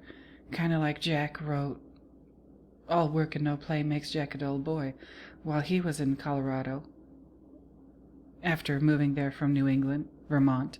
It's not Maine, but it is New England. Okay. Oh, the parallels, though. He wrote The Shining in a little less than a year in Colorado. And we don't know why he was really there. Like, did he get a job there? Or, Carrie was a hit, so, did he need a job? He was living in a double-wide trailer that had a laundry room but no phone. And he went from that to just moving to Colorado for reasons that it doesn't say here. Okay. Next paragraph. In 1977, the Kings spent 3 months. In 1977, the Kings spent 3 months of a projected year-long stay in England. Let me try this again. In 1977, the Kings spent 3 months of a projected year-long stay in England, cut the sojourn short, and returned home in mid-December, purchasing a new home in Center Level, Maine. Okay. To me, it sounds like he was there to work on the Shining script. But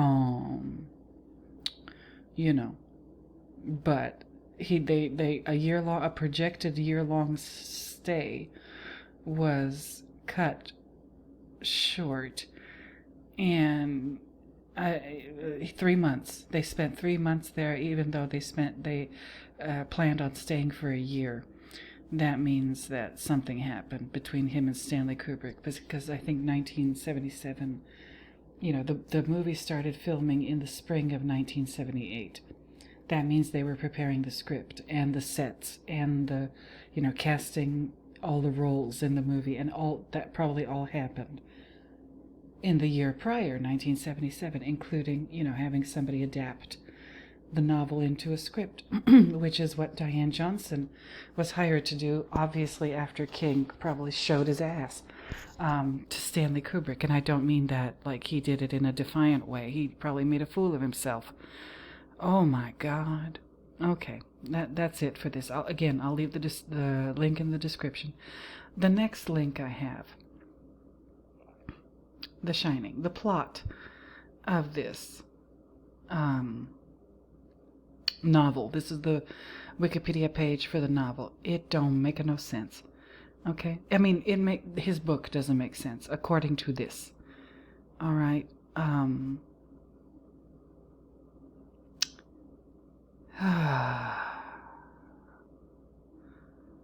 It's it.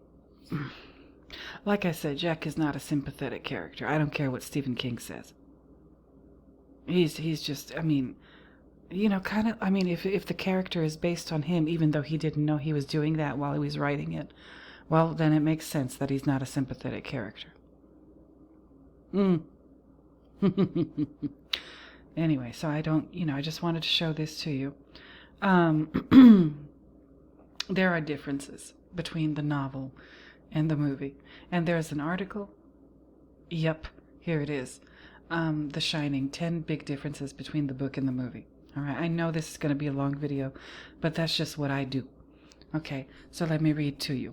The movie The Shining, directed by the great Stanley Kubrick and starring the terrifying Jack Nicholson, is very different from the Stephen King penned book from which it is adapted. Many of the most iconic things in the movie either don't appear in the book or present themselves in a completely different way from the book. It's not unusual for movies to be very different from the books they are adapted from. There can be a myriad of reasons why. Sometimes scenes in books are impossible to film, while other times it's due to time constraints, as books are usually much longer than movies. Sometimes it's simply a director's choice. The Shining is a great example of Stanley Kubrick twisting Stephen King's story to fit his version of a man going crazy in an isolated mountain hotel in the dead of winter. It's not the dead of winter, it's November. Like, what are they talking about? He made the changes for a lot of reasons, but mostly it seems he made the changes so that the basic story was molded into his unique vision, as only Kubrick could have done. There are some very small changes that do little to affect the overall plot, like changing the main character's name from John to Jack. Ooh, that's why he says, "Here's Johnny." My God. To some very major changes that completely change the events and why they happen. More famously, the supernatural room in the book is 217, but the Stanley Hotel, where the film was shot, asked that they use a non-existent room number so that future customers would be freaked out if they were assigned to room 217. The movie uses 237 instead. I don't think that's why, but, never mind me. Those kinds of changes don't affect the story, but there are some major changes that definitely change the story a lot. Are some of... who wrote this? Oh my God. Are some of the biggest differences between Stanley Kubrick, The Shining film, and Stephen King's The Shining novel. Here it goes. So I guess there's 10 of them? All right. The very nature of the haunted hotel are very different. Oh, who wrote this? Lord. In the book The Shining, it's very clear, in true Stephen King fashion, that the Overlook Hotel is haunted. There are ghosts, things that going, oh boy, bump in the night, and even the topiaries in the garden come alive in the book. The supernatural is very apparent and very real in this version of the story. It is these ghosts and ghouls that drive John mad. In the movie, the nature of Jack's descent into madness is much more ambiguous and seems to take place all in his mind. Oh boy. Rather than supernatural forces making him nuts, it's his own mental health that falls apart without the influence of ghosts or spirits. Rather than actual ghosts, the movie presents the supernatural as all in the character's head due to the isolation and writer's block he experiences. Okay, The main character's writing projects are different. In both the book and the movie, the main character is a writer struggling with writer's block. Okay. That is pretty much where the similarities end in that respect. In the book, John is a playwright who abandons his original play and begins writing a story based on the history of the spooky hotel, the Overlook, that the family is caretaking for the winter. Instead, in Stanley Kubrick's movie, The Shining, whatever Jack's intending to write is never really defined. Whew. It's discovered later in the movie that what he's actually been writing, and we'll get to that later. Okay. Again, Stanley just opened his hand and slapped Stephen King straight across the face, and Stephen King is still recovering from that to this day. 43 years after the movie came out, 24 years after Stanley Kubrick's death, Stephen King still doesn't know what the hell happened, but he's pissed about it. Okay. John's motivation in the book for his book is different. Again, in the movie, it's unclear what Jack is trying to write, other than it being a novel of some sort. In the book, John's motivation for writing a book based on the Overlook comes from a scrapbook that he finds. The impact of the scrapbook on John's psyche is a major subplot of the book. The ghosts in the hotel and in the scrapbook are the ones driving him mad, but he can't avoid them. They inundate him completely. In the movie, while the iconic picture is from the 1920s, in the movie, while the iconic picture from the 1920s is a major reveal, the rest of the scrapbook is essentially left out of the plot. Since the movie is more about Jack losing his mind from the inside, a motivator like the scrapbook is less important. Okay, that sounds like some sloppy-ass writing to me, but what do I know? Stanley Kubrick's movie flips what kind of man the main character is. Instead of a sane man pushed into insanity as Stephen King wrote him, Jack Nicholson's character is already likely insane, and he is trying desperately to stay sane while locked in the hotel for the winter. Okay. The difference, while it seems subtle, actually changes the whole nature of the plot, from a supernatural horror story to a psychological horror story, and both ways are effective in different ways. It certainly helps that Jack Nicholson pulls off the character's motivation incredibly well in the film. Jack Nicholson deserves every award in existence for doing what he did in The Shining. Nobody else could do it but him. The famous twins are not in the book. I'm not going to get into this, but that's enough for you to know. The bleeding elevator is not in the book. Interesting. Okay. This is important. The famous all work and no play makes Jack a dull boy is not in the book. Okay? Did you hear me? If you already read the book, you already know this. I have not read the book. I just read the Cliff Notes version. Or actually skimmed the Cliff Notes version. Anyway, the scene when Jack's wife, Wendy, discovers what Jack has been writing the whole time is a pivotal and shocking moment in the movie. Like so many other moments, it was made up for the movie. As mentioned above, in the book, Jack is writing a story based on the Overlook, while in the movie, he never cures his writer's block, and it's a key component in his psychosis. The moment when Wendy sees the famous lines, "All work and no play makes Jack a dull boy," repeated thousands of times, is a very direct look into Jack's psyche, and one more sign that he has completely lost his mind. I would argue a little bit differently. I would argue that this is Stanley Kubrick's way of saying that Stephen King isn't just a bad writer, he's not a writer at all.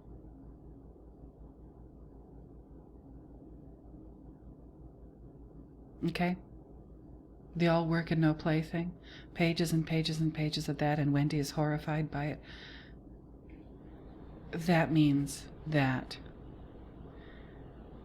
the Jack character in the movie hasn't been writing anything at all, and that's what really horrifies Wendy. That realization that her husband is lying about his profession. And I'm talking about the movie now. Stanley put that there. He's making fun of Stephen King. He's saying, yeah, Stephen King is not a writer because he doesn't write. Okay? And that's why I said this man had the nerve to write a book on how to write. Can you believe that shit? I can't. But a lot of things that I can't believe have actually happened. So, whatever. Just a second. All right, I'm back. I had to turn the damn heater off. Because, never mind. Anyway, so all work and no play makes Jack a dull boy is not in the book. Okay. That means Stanley put it in the movie and he put it there for a reason. One of his many objectives in creating this movie wasn't just to do a commentary on comparative mythology, or like that's where I'm at right now, and possibly other things he was doing that I haven't even thought of yet. But I also think he was exposing the living shit out of Stephen King. No doubt in my mind at this point, he's saying that Stephen King is not just a bad writer. He's not a writer at all. He didn't write a damn thing. And the book is set in first, Vermont, or whatever, New England, and then in Colorado, and then at the hotel. And that time period is when, as we saw from the biography, is when he was in Colorado, is when Stephen King allegedly wrote The Shining. Sure. All work and no play. Yeah, that's how he presents himself. Work, work, work. And, in the biography with regard to his accident, he says he could only sit for 40 minutes after literally a couple of days before that, having 5 operations in 10 days, and having his shattered leg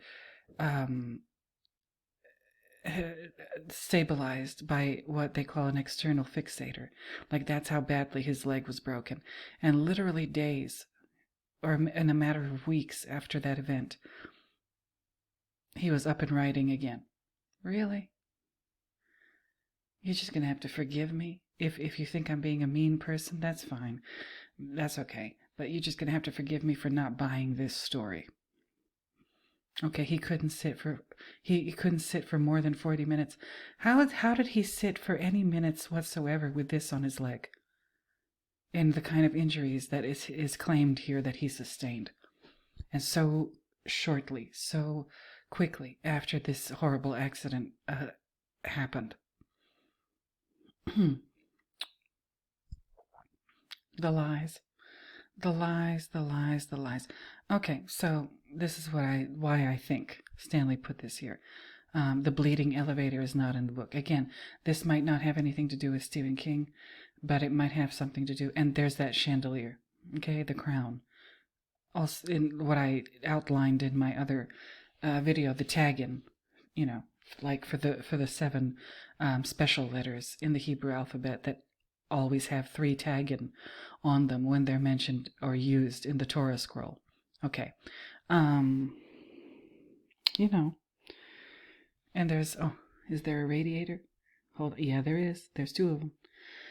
That's a shout out to David Lynch. Okay, never mind. Well, I'll get to that when I get to that in my other videos. But the next thing that's not in the book but is in the movie, the hedge maze, is not in the book. Okay? The terrifying conclusion of the Shining movie takes place in a hedge maze at the Overlook as Jack chases Danny with an axe in a psychotic rage. This maze isn't in the book. Tankard, are you listening? All work and no play, not in the book. Hedge maze, not in the book. But it is in the movie. And it's in the movie only sometimes. Only if you believe. Kind of like Wendy in Neverland with Peter Pan and the Lost Boys. Only if you believe. This maze isn't in the book. The maze in the movie replaces the garden in the book, which is made up of various plants and topiaries that animate and come to life, so to speak, terrifying John and pushing him closer to the edge. Without the maze, the ending of the book is very different from the movie. Yep. And that ending in the movie, ooh, Stanley just did it. He did the damn thing. He didn't care what Stephen had to say. He was trying to do what he was trying to do, and he did it. Okay. But the hedge maze is not in the book, so it's product of somebody's imagination in the movie. That's how I feel about it. And maybe the Colorado Lounge too. Maybe that room doesn't really exist, because that's Jack's writing room. And if I'm right about what my opinion, what I think, my speculations, that's Jack's writing room. And if Jack doesn't really write anything, is that room even there? I don't know. Here's Johnny isn't in the book. Okay, so, I did my video over here. Oh, Lord. My Here's Johnny video. Film analysis, the shining symbolism, Here's Johnny.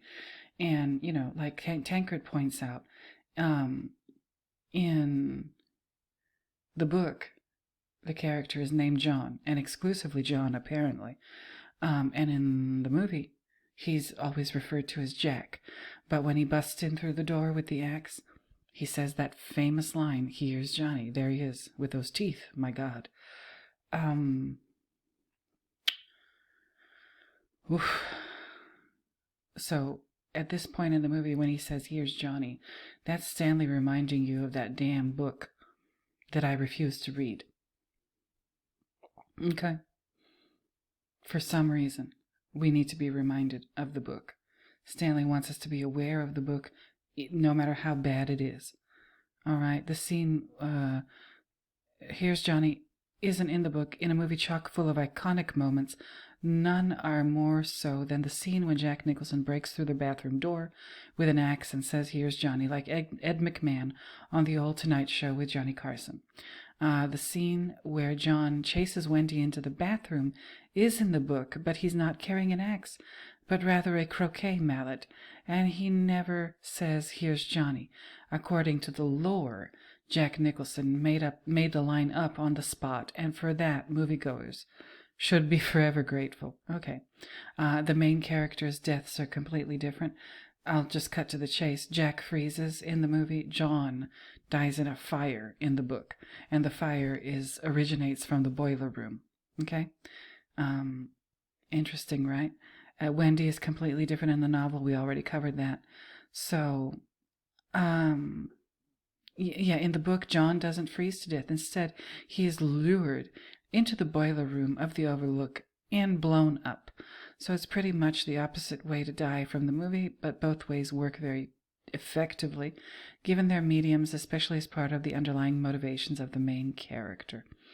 Okay, so now you have a good idea of how different the movie is from the book, and how much both I'm getting confused in this video.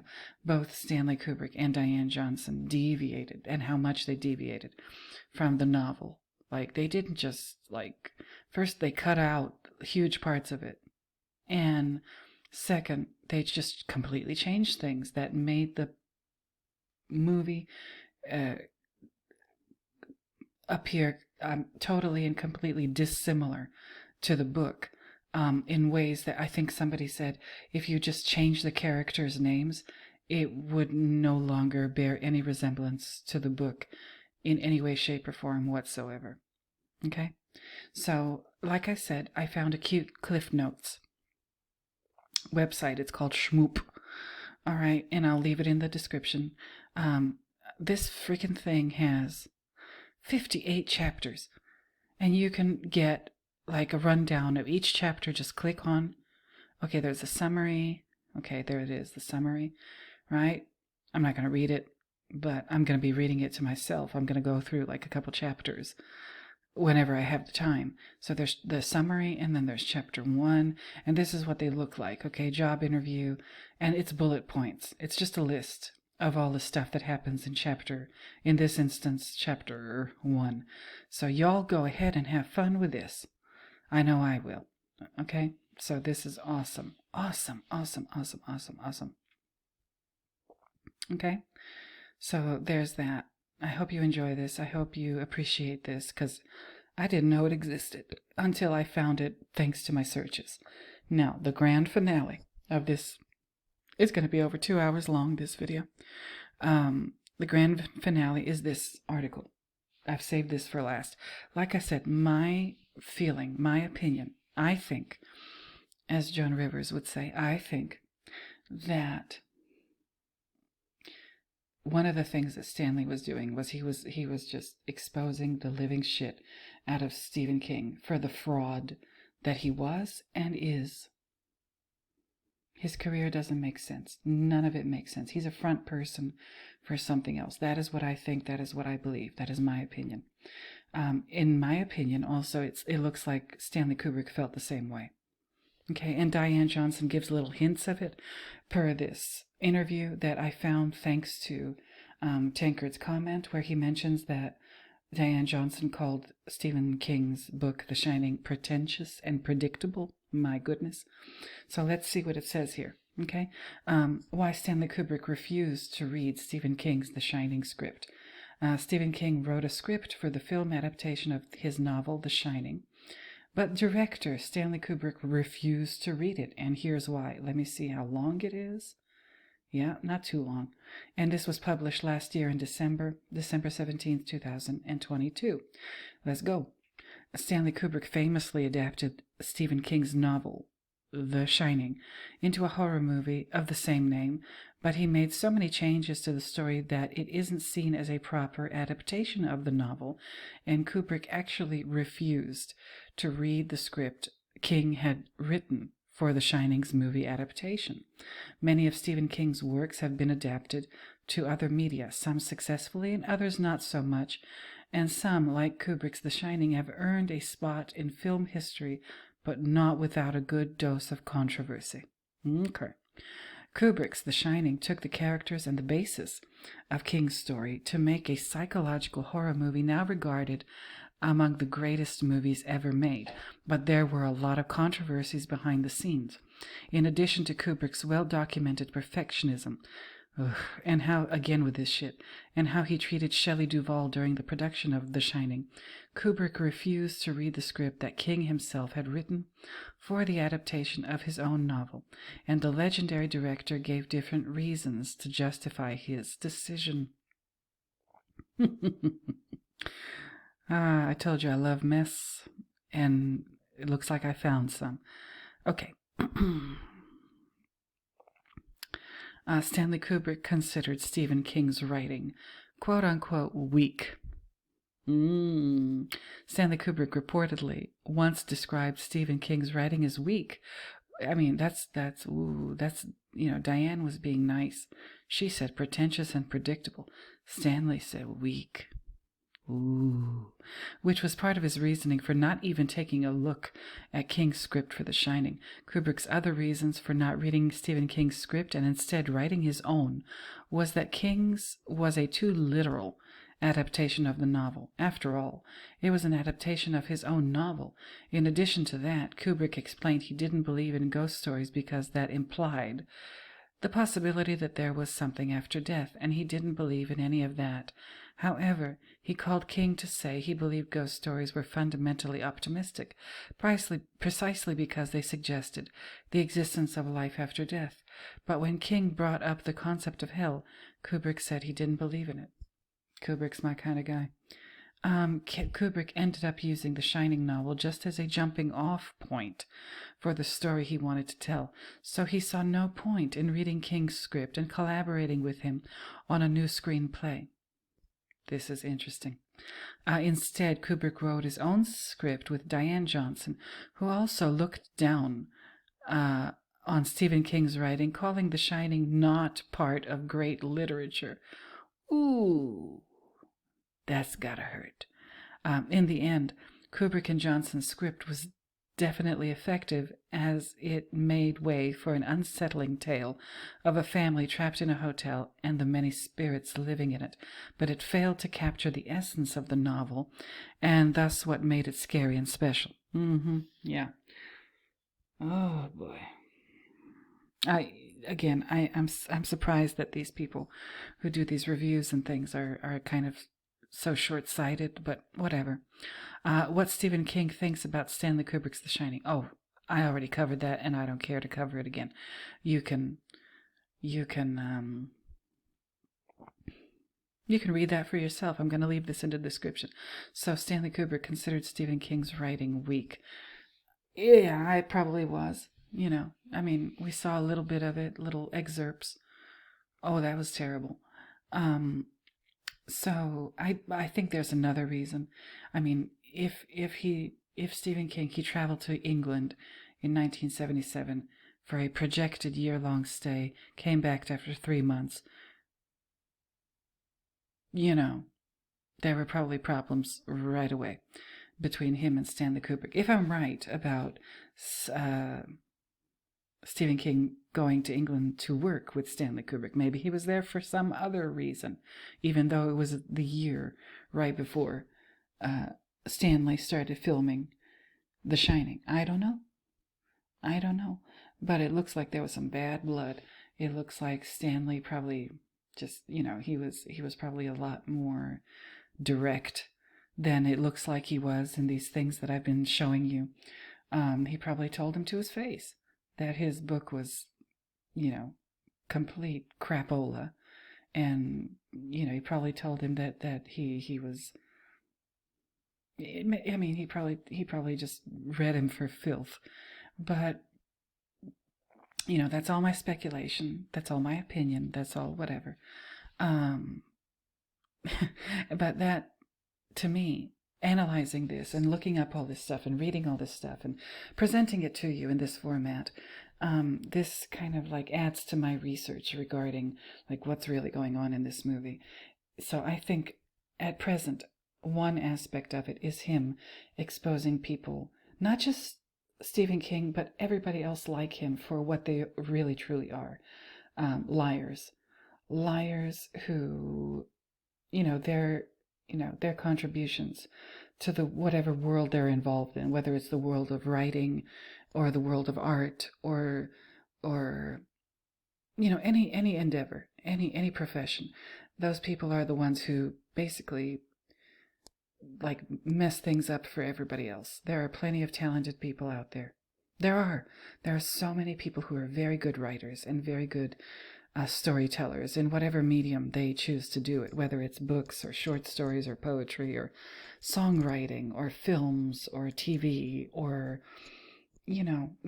paintings and all the different art forms, photography, all of the stuff, and they're very good at it, and we're never going to find out that they're good at it. We're never going to hear their names or see their work because they get drowned out by the Stephen Kings of this world. And that is, in my opinion, once again, I think, as Joan Rivers would say, I said I think. In my opinion, I think that is a crying shame. That is a tragedy. And again, I think that The Shining is also Stanley Kubrick exploring his opinion of why that is, why the world is so unfair to good, decent, hardworking people who just want, they want to do what they want to do. They want to make their contribution to the world. And there's always some, piece of shit that's in the way. Some piece of shit who gets all these accolades. Look at this. Look at this shit. His bibliography page. Who gets all the accolades for reasons that nobody can quite understand. They get all of these great reviews and all of these awards. My God, just look at the awards page on his official Wikipedia article. Like, really? Really? And how many good writers like never got an award? Not even one.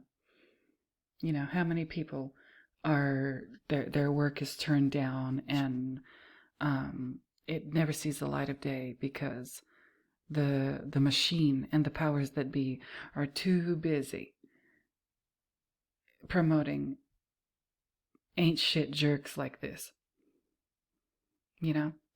How many like how many people will never get a chance at doing what they want for a living or contributing to the world in a way that they definitely can contribute? They do have the talent, they do have the drive, they do have the ambition and the training and the love, and they're doing it for the right reasons.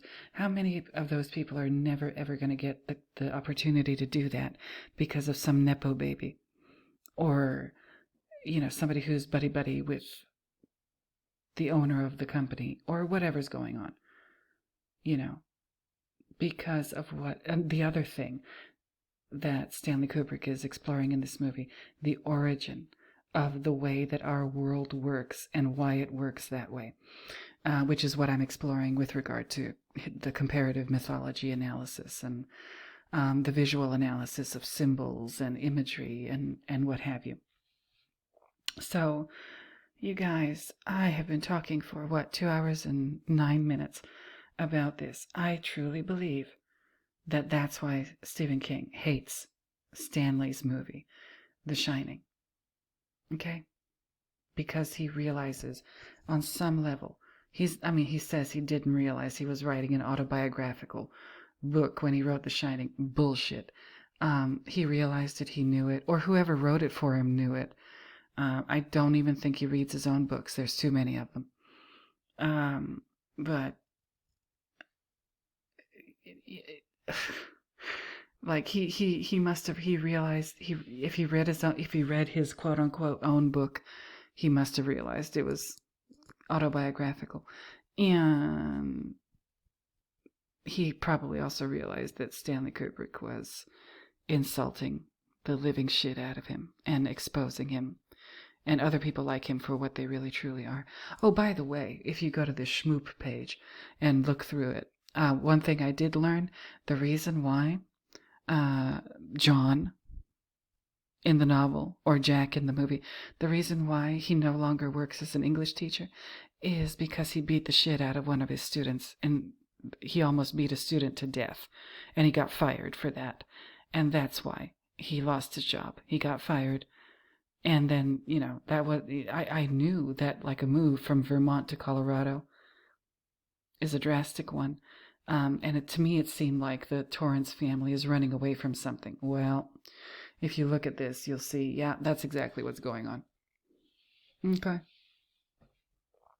Not, and Stephen King says this is a sympathetic character. Really? Okay. And if it's based on him, oh my God. Jesus H. Christ. What? Anyway, I think I've talked for long enough. I don't know what thumbnail I'm going to use. I don't know nothing about how I'm going to dress this up for YouTube. But you guys, I've had a blast both doing this research and presenting it to you here. So, I know it's over 2 hours. That's just how I roll.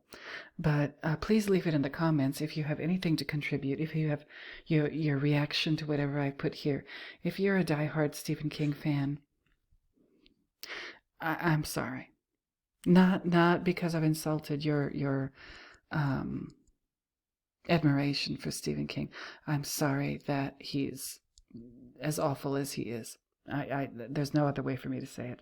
So, y'all, once again, let me know what you think in the comments. I love reading your comments. And Trusty Films, I see that you're commenting again, which is awesome. So I guess whatever was wrong got fixed. Not by me, but by YouTube. Blame them, because I had nothing to do with it. And that's it, right? Thank you, Tankard. Thank you, Trusty Films. Thank you, all of you commenters and people who've been following my stuff. It's an honor to interact with you and have you react to my ideas and my opinions and my, my crackpot theories and whatever. So I think that's it. I think I've talked enough for one video. So you all, here's this picture of, yeah, this is how Stephen King writes. This is